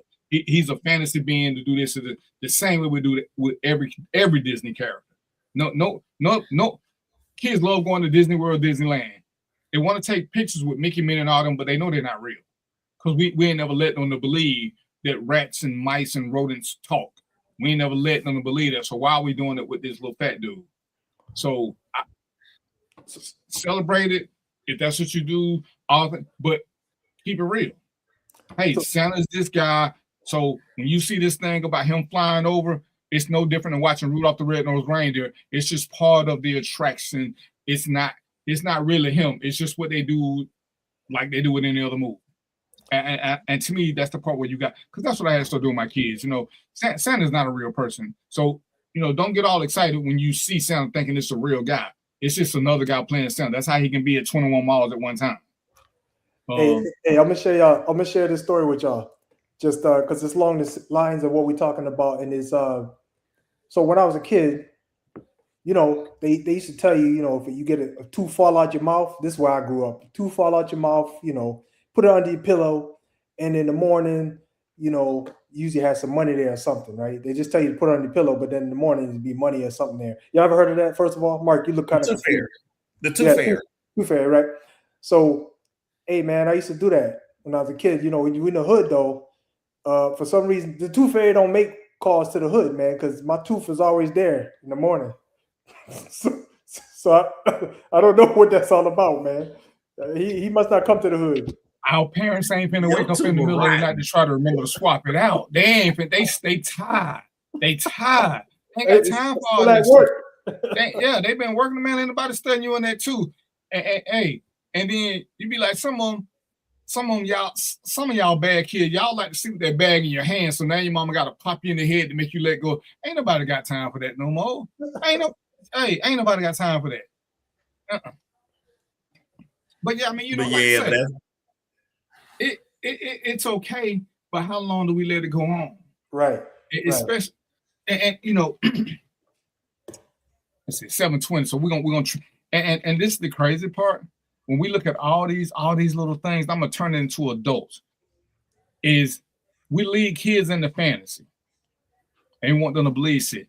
Then as adults, the first thing we love to say is we keep it real. And have you ever noticed people who keep it real or keep it a buck or keep it 100? Every time they say something, the delivery is always disrespectful. So it's like you can keep it real without being disrespectful. Why do you feel like just because you say you're gonna keep on, I'm gonna keep it a buck all the time? Why do you feel like that's a opening to be disrespectful? Because that's all you're doing. You can say something about somebody without being disrespectful. There are ways to tell people that they don't smell good, they this, they that. But you're keeping it a buck. Oh, you got to be just. I keep it a buck all the time.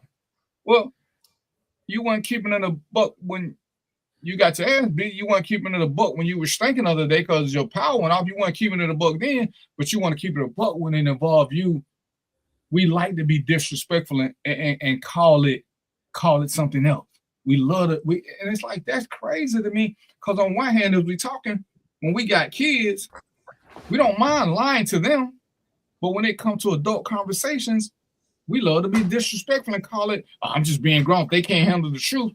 Well, the truth is what it is. But you can still frame it. You don't have to go out and hurt people's feelings, because if I said it to you, if I went around telling all your little kids was ugly, then you're gonna have an attitude. Oh, ugly's in the eye of the beholder. No, it ain't.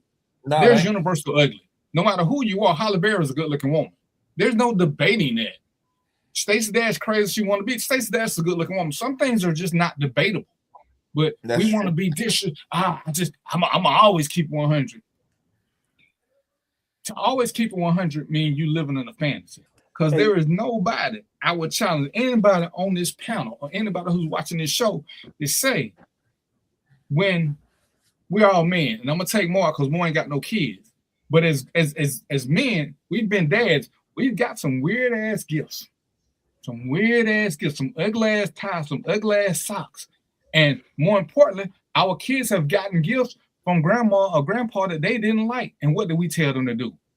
We try to change the narrative. Oh, it's the thought that count, which is straight bullshit. Either you like the gift or you don't. Mark, what you say, Mark? we teach our kids to lie. We don't ever tell them to say they don't like a gift. But they be like, what is this? Oh, just say thank you and hush. Why I gotta say thank you? I don't like getting the gift. Why I gotta say thank you? That is true. And we know that sometimes grandparents get some of the weirdest shit. Like as dads, we have received. I'm sure we've received 1 or 2 gifts. We was thinking like, what the fuck? I'd have been better off adopting a kid. So that is true. We want to keep it. We want to keep it a buck when we're dealing with adults and be disrespectful.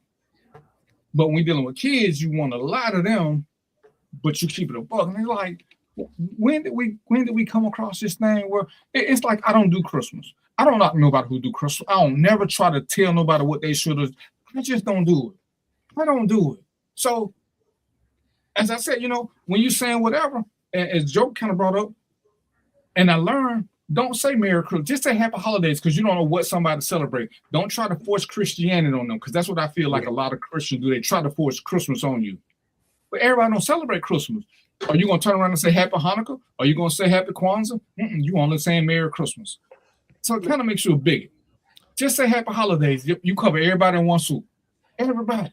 I just say season greetings. Well, even that. But don't pick one and tell people, if you ain't doing that one, there's something wrong with you. They can do whatever they want to do. Hit up to and including not celebrating, because lots of people are atheists or agnostic. They don't do none of these holidays. So why infringe upon them and try to force, you ain't gonna say Merry Christmas Day? I don't care if you have a Merry Christmas. I don't care. Let it ride. As we talking about all these crazy ass texts, we're gonna start cutting our phones off. I hate group texts. I hate group texts. I hate group texts. I hate group chats. All that shit, especially this time of year. The number one reason I hate them is because you're giving folk my phone number. I don't put y'all shit in group chat unless we all talk anyway. Don't be giving my phone number to everybody. Who is this at this number? I'm not saying shit. I'm not saying a damn thing. I didn't look at it that way, DVP. I never looked at it that way, but that is a good reason. As Joe said, now y'all dry snitching. All these people out there not gave my phone number to you, just gonna give it to them. I ain't want to talk to these people no way, because now they're gonna call. Hey man, I heard you doing this. Can I borrow? No, you can't borrow. I'm still the same mean ass dude. Happy holidays. But your phone number's down there on Rice Street, man. Come on. What you talking about? And I know Mark's on the bathroom wall, so there it is. I thought you had to go. I lied, punk. Damn, I thought you were gone. He came back. That's what I tell you about thinking. Damn. What I tell you about thinking. You say you had to let your people in. I let my people in, and I let them go too. Now, slave. Mark, stop questioning that dude, man. Stop questioning that dude, Mark. He was gonna have a little R. Kelly party, but I guess not now. He come back eating. Hey, DVP, man, I do want to comment on that, keeping it real, because that's the biggest hoax in the world, man. Because so I'm probably from the same place y'all, most of y'all from the hood, right? And so do they have hoods in Arizona? No. Okay, I was like, they got them. No. They got them, but it's different. It's different. They got them though, but it's different. Oh, I say, old man, can I stick you up, please? No.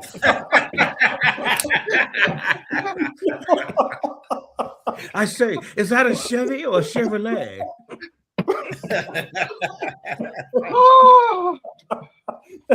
Nah, man. No. Damn hot to make a man cry. Can you imagine putting on a hoodie and a ski mask? Oh my God! Did he just really run that red light? You in England, man. You in England, man. That's not how it works down here, man. But look, man, I won't go to those parts anyway. So if they got them, I ain't trying to find them. So that's that. Right. So now I forgot my story. Thanks a lot, Jomo. Appreciate that, man. Appreciate it. I know. I remember. Hey, so that we talking about keeping it real, right? And so one day, I'm working in corporate, right? And so somebody getting slick at the mouth, and they don't know me, they don't know where I'm from, they don't know my background, right? But it got to a point where the flip switch, and now I'm back there, I'm back in the hood, right? But then I had to come to the realization, like, listen, man, this is your job. Your wife is dependent on you. Your livelihood depends on you. Shut the hell up, let it go. So I did, and I kept my job instead of keeping it real. So forget about that keeping it real. That's the dumbest thing you could even think of, ever. Let me jump in on that one. I know exactly what you're saying. There's a difference between keeping it real and survival. And the two are not necessarily synonymous. However, I think what we've gone astray is that we forgot that there are some other parts of keeping it real that we've left out. And here's what I mean by that. In that instance, keeping it real would have been, or should have been, and I think you did it, was to address it in another way so you can come back at another time and deal with it. And that's what I did. Facts. And that's there. Yeah. There is where we have the disconnect, because they have taught us, again, through this post-traumatic slave disorder, to be reactionary, not pro-action. And again, that's part of what they want us to do, because now we have gotten away from the cerebral part of this, of outthinking them. If you read Sun Tzu and some of these other philosophers and understand that the great philosopher, the Greek philosophers studied in Africa. But now when it comes to, you start hearing these stories of, the Pythagorean theorem and these theories, and they accredit the Greek philosophers. Well, the Greeks, if you read what Socrates and Plato said, they learned at the feet of Black people. So we've gotten away from, again, keeping it real in the mindset that we've got to outthink them and not try to outfight them in immediacy, if that makes sense. Yeah, hey, DVP, you got the flames, horn, and confetti, because what Joe Mo just said, man, that's the truth right there. So do all that. You got them buttons? I ain't that high tech yet. But and part of like what you said is when you keep it real or whatever it is, we have to start prioritizing. Just keeping it real or keeping it 100. I mean, I don't eat or my family don't eat, because there's a bigger fight to be fought. And it's like, do you want to win the fight, or do you want to win the war? You ain't gonna win both of them all the time. So you got to pick your battles. It's like me telling the truth. What's the worst thing that can happen if I tell the truth? What's the best thing that can happen? You got to weigh that scale. So I tell people, I was a superior troublemaker for the sheriff's department. Fucking period.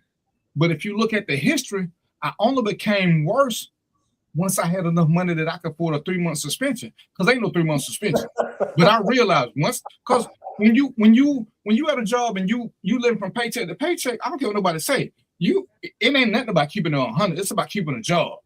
So as long as I was living paycheck to paycheck, guess what? I stayed in line. Then I learned a little something. I started saving money. I wasn't living paycheck to paycheck no more. Now I'm living month to month. When I got to the point where I had 3 months rent saved up, the sheriff's department could kiss my black ass. If something crossed my mind, I said it, because I know all I'm gonna do is get a 3-day suspension. I can, as long as they don't hit me with 90 work days, they would have had me beat. They would have had me saying my name is Toby. But I got to that point. And then, and I'm sure Joe and Mark said, once I had kids, I regressed again, because now it ain't about me. I got to look out for other people. So when somebody asks me something, well, I can tell the truth. Take this 5-day suspension, my kid's going to be hungry for a few days, but at least I stood my ground. It's the dumbest shit ever. Stupid. two of the dumbest things I heard this week. One, money ain't everything. And I say, only people that say that shit is broke people. Broke people. Because, it sounds cute. Money can't buy happiness. Yeah, it can. Yeah. Money can buy you happiness. Money can buy you loyalty. And if you don't believe me, look what happened when these rich people get in trouble. They put out enough money, people will tell the best lies for them. So when you broke, ain't nobody got your back. But when you got money, everybody want to be around you. Everybody. And money make it. All of us got a woman somewhere now, and we think she love us, except for me because I'm going through my shit. But that's a whole nother story. And one of y'all, you think and one of y'all women love y'all enough to sleep under a bridge because you lost everything and they gonna stay faithful to you? Anybody believe that shit? Anybody believe that shit? I do. You what'd you say, Jomo? I do. Hell no. Look. Look, if you think Mark's old lady gonna stay with him, here's a dude believe in Kwanzaa, so I'm not saying nothing to him. Damn. Next week it's gonna be Hanukkah. Yeah, well, same thing. It's actually the same time. But DVP, here's the thing that's interesting. If we look at again, if we just take these other groups, let's take Native Americans. And you look at the movement of the different nations, from the Sioux, Cherokee, Arapaho, how were they able to exist in this space, in this amount of time, and not kill each other? Now, all of a sudden, you have another, for lack of a better term, another animal introduced into the wild who destroys everything in its path. When these people existed for centuries, grew their food, taught these people how to grow food, how to do all kinds of stuff, and were able to exist, travel, maintain, and didn't have the problems that they've got now. And Joe, I will add. I'm gonna add this. You can tell me if it's right or wrong, but they didn't damage the land either. No argument. No argument. They only took enough of what they need. They weren't gluttonous. And what is it, 732? The second craziest statement I heard is, I don't want to work for nobody. I don't want to have to answer to nobody. Who the fuck don't answer to somebody? You're gonna answer somebody no matter who you work for, even if you work for yourself. If you don't work. So, again, you know who don't answer to nobody? People who live up under the bridge. They do what they want to. Yeah. Because guess what? Me and Joe not going up under there to move them out the bridge. It's gotta be a general order, and everybody gotta be doing, because they ain't bothering nobody. So when I hear people say, oh, money ain't everything, and I don't want to work, I don't want to have to answer nobody, you have lost your mind. You might well going to come in. What kind of life are you leading when you don't answer to the president? Answer to people, regardless of what y'all think. Bill Gates answer to people. Zuckerberg answer to people. Elon Musk answer to people. Everybody answer. And it's like, do y'all even get at a simple level? Again, Mo, I ain't picking on you, but I'm gonna leave you out. When our kids start crying, what do? Don't we stop what we doing to answer them little badasses? Mm-hmm. And now this for all four of us. If that little high-pitched voice that we live with say some shit, don't we answer? Cause man, and Lord knows, if we hear our whole government name called, we stop what we doing. It don't matter who call it. When we hear our whole government name called, we know it's some shit going on. We answer. Everybody answer to somebody. You don't want to answer to nobody? You don't want to. It sounds good in theory. You don't think money don't fix everything. You're right. Paging Marquise to the Elf Lord. Paging Marquise to Santa's sled. Hey man, can we be serious? Shit, that man was on the rant doing good work, and then this. God damn. So as we go into 2026, I would like for us to be more realistic about stuff. It's cute, because I'm sure y'all hear this all the time. Man, I'm one of a kind. Don't nobody think like me, because I hear people say, yeah, I will come to the show, man, but I'm going to say some things that people don't like. Well, clearly you never seen my show. Because it ain't about whether they like it or not. It's whether or not it makes sense and whether you can actually live that life. If you can't, then shut up. But what thought do you think you got that ain't nobody ever had before? What viewpoint do you think that you have that ain't no? And Joe the oldest than me, then more than more. Have y'all ever heard somebody say something like, damn, I ain't never heard that before?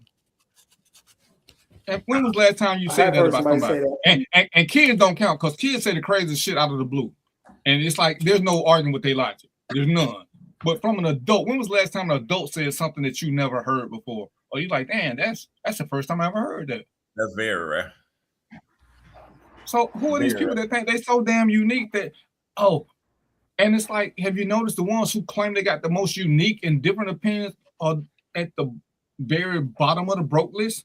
They ain't got shit. So all your highfalutin opinions, man, if I come to your show, well, you might get complaints because no, you're going to say some dumb shit. You ain't going to say no real shit. Bro, what you think you got? Tell me what's so special about your thought process is that it's going to just shut us down. Nothing. See, I know this is a conspiracy. Hold on. Okay. I got people in the conspiracy theories. Give me your conspiracy. Y'all remember the conspiracy about 5G and them shutting the schools down and putting them towels on the schools and they was going to shut everything down? I'm like, how did that go? How about Y2K? The world's supposed to come to an end. How did that go? Killer bees coming to America. Y2K changed my career path. But remember with the whole 5G thing, remember, it was supposed to be people on towers doing shit. So they doing shit, and these people in the schools can see them, but ain't nobody seeing this shit. But y'all got this conspiracy thing. Oh my God. Remember that damn shot, the jab, that's gonna make us all end up with tails and have us speaking in foreign languages. Yeah. Did you catch mine, DVP? What was yours? Killer bees coming to America to kill everybody. Yes. Oh. Yep. I was scared as hell, man. I was a little kid. I was scared as hell. And it's like, okay, so you got a crazy ass theory that you can't support with nothing. I'm confused. But you think that's what make you special? Because, oh no, see, they poison our food. They put this in there. And when the jab came out, I was like, they could have killed us by putting all this shit to Popeye's chicken because you niggas was fighting over that chicken. Yeah. And you still don't know what was in it. Definitely. So I'm confused on why you think they got to put it in a shot when all they got to do is put it in our food. Because Lord knows if they just went out to black people, all they got to do is put it in churches. Ain't no churches in white neighborhoods. Not now. Churches ain't even close to white neighborhoods. And the other thing is this, DVP, the Tuskegee Airmen wasn't going to CVS to get their shot. Okay? So help me out here, man. So,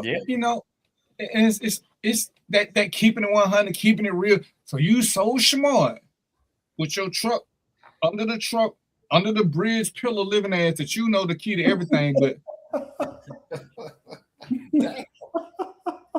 see, the reason I don't watch TV is because they be shooting rays out to make you think this. I said, so why you think this? So would you peeping Tom? You saw somebody TV and all of a sudden you got hypnotized? Or what the hell going on? What is it? And it's like, man, in 2026, I would like for us to be a little bit more intentional. And, me and Joe don't always agree on everything. And Lord knows we never will. That's why we cool. I say, but once I'm about it, when we start talking, as y'all see, I look over here because I got another screen pulled up. When people say stuff, I look at it. Because I've learned. It's cool to listen to people. And sometimes, and I know Joe can co-sign this, we had a guy who claimed to be a technical expert in what is it when you wire buildings up to hear people? What you call eavesdropping. If you listen to him, that man could from Atlanta, he could hear what was going on in DC. I went to the class. Everything this boy done said is full of shit. Because now I done been to the class. You can't. But I went to the class, you can't make that shit happen. But when you don't know no better, when people say big words and they talk, when they pontificating, you think they know what the hell they're talking about. You think you know. But then once you know, that's what knowledge is something that can't nobody take from you. So when people start telling us shit, ladies and gentlemen, I don't care what nobody on this panel say. When we tell you some shit, do the same thing we do. Go look it up. We don't mind challenging each other when we don't understand something. Oh, we got questions. Joe say some shit. Let me go over here and hit this little tab and look this shit up right quick. Because if he right, I got some questions. If he wrong, I got some challenges. But we can handle that. And that's all I'm saying. If we're gonna progress and improve as a race, as a people, as whatever, we got to be a little bit more knowledgeable. And it ain't like Mark Talk said, but it ain't like the old days. Me and Joe, when we wanted to get some facts, we had a big ass book to read. There was no shortcut. There was no Google. You got to get that shit in Encyclopedia Britannica. Or what was other? It was two encyclopedias out. Encyclopedia Britannica, and I think World Book or something like that. But we had to look this shit up. There was no quick answer. We got. And if your parents couldn't afford that shit, you had to remember that shit till you went to school and went to the library. And so everything now. Oh, go ahead. Go ahead, sir. No, I was just gonna say, so based on what you're saying, there's a benefit in growing up in a place where most people only had an 8th grade education. And the benefit was because by the time I was in high school, I was already calling BS because I knew more than them. And so anytime I heard some of that crap that they were spewing, I always contested it. So from that day forward, it was trust but verify, or listen. I won't even say trust, say listen but verify. You know what I mean? Yeah. And so that's how I got there. And verify from a reputable source, because my favorite thing is where you see that at. Oh, they ain't gonna put it in writing. Dude, they put everything in writing. So where'd you get your information from? You telling me an extraterrestrial came down and beamed that shit into your head? Well, see, I watched that show too. I watched what's the show that come on VH1? I watched that shit where they talk about extraterrestrials because I'm trying to figure some shit out. So how you getting your information? This dude sent me to some YouTube channels. I said, anybody can put anything they want on YouTube. YouTube, you can't, if you can't use it in college, this shit is bullshit. So where did you get this from? Fact. That's like you sitting there trying to quote Robert Kennedy. Dude, do better. don't do that. You know what I'm saying? Don't do that. And it's like, come on, now, it's too easy to find out information. And if we believe the narrative, what time? 7:42. If we believe the narrative, gentleman needs y'all to co-sign this. If we believe the narrative that they wanted to rule everything, wouldn't they have changed the Bible by now to make that into a white dude? They leave shit as it is because we won't do nothing about it. We won't read it. There's evidence of damn near everything. We just choose not to read it. Where did this white Jesus come from? Because he ain't in no book. He ain't in not one book. And Joe is the best read of the bunch. Joe, what book have you read where is a white guy who's leading everybody? Last time I checked, it said what did he say that had wool hair and feet of bronze. So where did this come from? So if they wanted to whitewash history, they would have changed that book a long time ago. They ain't even changed because they know we weren't going to read it and they could tell us what they wanted to. We was going to sit there and still go for it. Even though it's on paper. All the books that Joe telling y'all about, they've been there. These books didn't just come out in 2022. Most of these books have been around forever. Ever. We just choose not to read them. We let them tell us what to say and we buy into it. See, when we were young and stupid, it was okay. It's okay to buy into It's okay to buy into, what's the bus lady? Rosa Parks.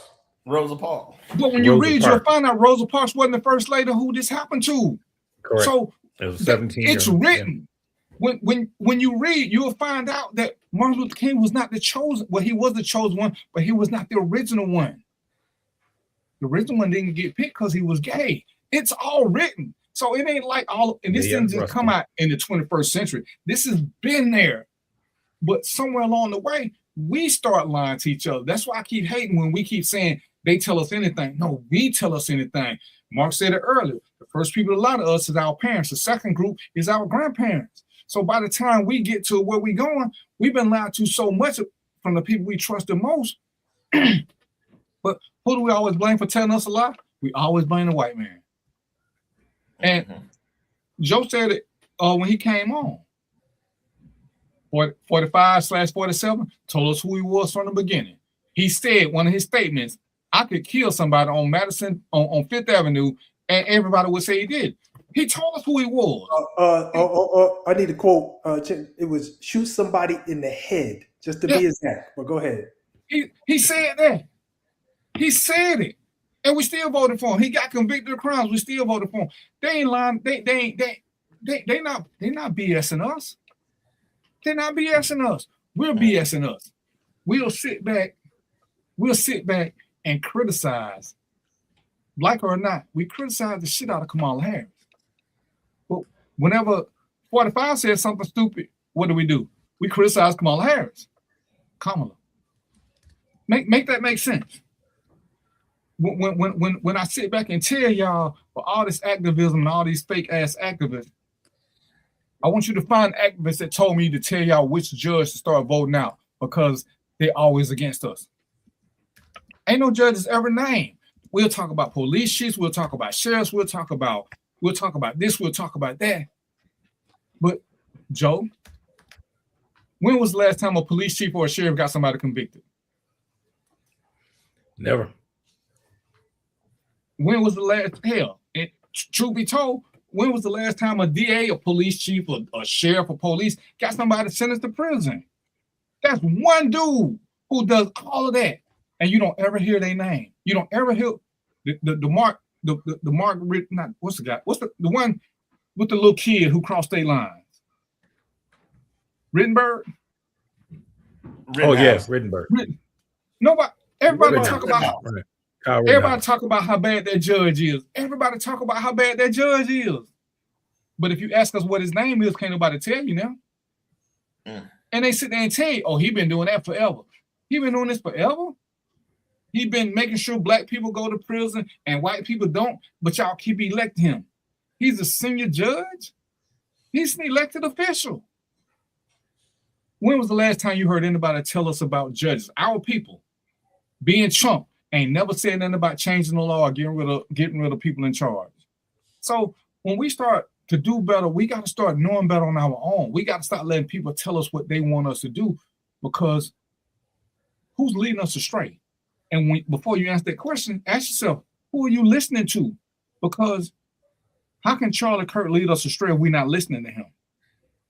How can Donald Trump lead us astray if we're not listening to him? How can any white activist, Robert Kennedy, lead us astray if we're not listening to him? Who we listening to? The ones we listening to are the ones that's leading us astray. And we don't want to hear that. Oh, my cousin told me this. Who the fuck is your cousin? That's a good question. Who is your cousin? He didn't do encyclopedias. You know, when COVID hit, every conspiracy came out. Oh, my friend, a nurse, she got this memo, but they ain't supposed to let us know. Hold on, who the fuck is your... So your friend who's a nurse got privy to some top secret shit and she telling your snitching ass? You gotta be shitting me. I've been in the military with a top secret clearance. You know who I told what they told me? Nobody. I'm not finna risk all of that. I'm not telling my mama nothing. I'm not finna risk that. Best I can do if I find something, I'm like, mama, leave home. And she ain't, why? Just because I said so. But I'm not finna tell you about what I overheard at some meeting that was super secret. And all these people, man, my friend, a nurse. You see the nurse who said, oh, they lying y'all about COVID because the body kill everything that's over 98 degrees. you know our body temperature. But people quoting this. We quoting this stuff like it's fact, like we can't do the simple research. And whether we agree or disagree on what we think about something, facts never change. True facts. Feelings. We have factual feelings. I feel like my mama the best mama. Joe feel like his is. Mark feel like his is. Mo feel like his is. That's a fact that nobody can ever confirm. But factual data is factual data. And these things are easily verifiable. Where they say numbers don't lie. Well, numbers lie all the time. Numbers is the easiest way to lie. I watch sports. They say, oh, this is the greatest somebody ever. Unless you're doing it on a per game basis, you can't figure out who the best ever is. Because one group played 12 games, one group played 14 games, one group played 16 games, one group played 18 games. You really gonna sit here and tell me that the guy who played 18 games is on par with the guy that played 14 games? How does that work? That don't even make sense. Go ahead, Joe. I got one thing I got to share with you. This is a quote. A year after the passage of the Voting Rights Act of 1965, the white backlash had become an emotional electoral issue in California, Maryland, and elsewhere. In several southern states, men long regarded as political clowns had become governors or narrowly missed election. Their magic achieved with a witch's brew of bigotry, prejudice, half-truths, and whole lies. Anybody want to take a guess who said that? Martin Luther King, 64. Wow. 66, actually, 66. But if you listen to it, is it not apropos in what's going on today? Has this guy not lied? Does he? I mean, they fact checked this guy, and it's so bad that even they're like, why even check him anymore? Everything he says is a lie. Mm-hmm. But they will tell your people that you are nothing, that your lives don't mean nothing. And then when I love it when they talk about this Antifa, they took the Proud Boys off of the watch list and put Antifa. Now, here's the thing that people have to look at. Our grandparents fought Antifa in Germany, fought it here in the States, because it stands for anti-fascist. When someone asked those knuckleheads, well, where are their headquarters? They couldn't answer because they don't exist. It's an idea. We fight anti-fascist statements. They've taken and made the Klan. Oh, just so you know, the Klan still is not on a terrorist list because they're Christians. Let's make that even clearer. White Christians, because ain't no niggas in the Klan yet, except for Tyrone Biggins, but that's a whole different story. And under his first presidency, what was the greatest threat to America? White Christian nationalists. Yep. That was under 45's direction.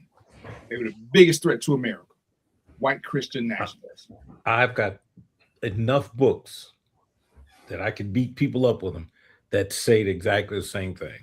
The biggest threat, in fact, the FBI said the biggest threat to our democracy is white Christian nationalism. Mm-hmm. Tragic. I'm done. And I'm gonna close out on this because Joe, I do have an assignment for you when you decide to join us again, sir. I would like you to explain the different types of voters: conservative, liberal, and it's something else. Independent. You faded out. I couldn't hear you. The different types of voters: conservatives, liberals, independent. Ooh, no, that independents fall with Republican and Democrats. But when they say what, how are you? I don't think, yeah, not the Republican Democrat thing. Just what is conservatives? What is a liberal? What is left right? I want you to kind of explain that a little bit more for us, if you don't mind. But this one, not a problem. Yeah. This is one of the things I want y'all to go away with, and I don't want to mess up your holiday. I listen to so many black people who say, "Oh, if they're not talking about reparations or this, I'm not voting for them." Well, why are we voting for anybody who ain't talking about making our right to vote a constitutional right? Why are we still dealing with this? This is, to me, this is the BS we get caught up into. If we're not talking about giving us the permanent right to vote, why are we talking about anything else? Because guess what? They'll give you restitution and take away your right to vote and then ship your ass out. See, sometimes you got to be careful what you ask for. It's kind of like when you ask for a raise. When you ask for a raise, what always happens? The price of everything. Once you get a raise, your insurance premium goes up. Your deductibles, they go up. Every time you get a raise, everything that's on your paycheck go up a little bit more. So you was better off not making a whole lot, because now you're making more in a different tax bracket, but you're paying more and you're getting less. Be careful what you ask for.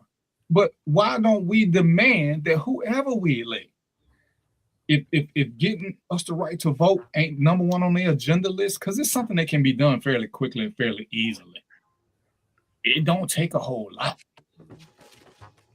But I ain't heard too many progressives, and that's another one of the terms. I ain't heard too many people say that should be a priority. Even when John Lewis was talking about it, I don't know if his thing was talking about making it a constitutional right. And I just don't get how that ain't one. That should be one of the most important things that we are demanding. And so it's 7:55, fellas. What you got? What you say, Joe? No, we'll discuss that because I'll tell you how they're fighting that, but that's we know they're fighting it, but why ain't we demanding it? And I'll tell you why too. But again, that's for another day. All right. So what you got for a parting shot there for me, Obi-Wan?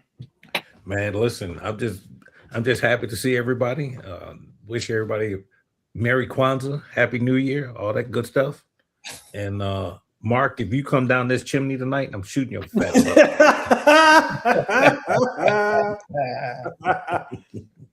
Yeah, I know he's gonna get back on that. I know he's gonna jump back on that sled. You know, he got this little setup, but he working tonight. Don't let that boy fool you. Mark, go ahead. I'm going. Go ahead, Mark. Season greetings to all. And why the dude with the apron, Mr. Mom, on here, the toughest guy on the show? Because you figured it out. Season greetings to everybody. Enjoy your holiday. Have whichever one you celebrate. And we'll be back next Wednesday. Paging Marquise, bring your butt back to the slate. Mo. All right, y'all. Listen, happy holidays. I'm going to leave y'all with something salty, but take it as motivation. A new year does not give you a new start. It's not a magical reset. If you're going to make changes, your motivation has to come from within, not a date. Happy New Year. Get deep. Get deep. Damn, Mo. And I'm going to say this, and I'm going to say it for the next 2 months. Freedom of speech does not release you from freedom of consequences.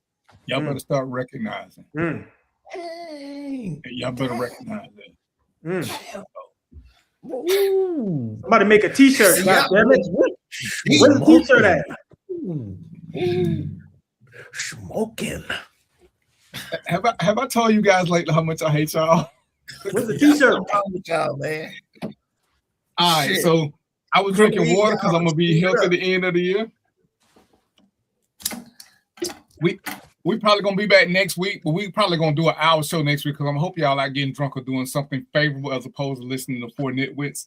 But we appreciate y'all having y'all here and letting us into y'all living room or stolen cars, wherever it is y'all doing this from. So y'all know what it is, right? Until next week. Peace, popcorn, and chicken grease, and we out. Happy holidays, y'all. Marquise, back to the sled. Marquise, back to the sled, please. Get your apron wearing ass off the show.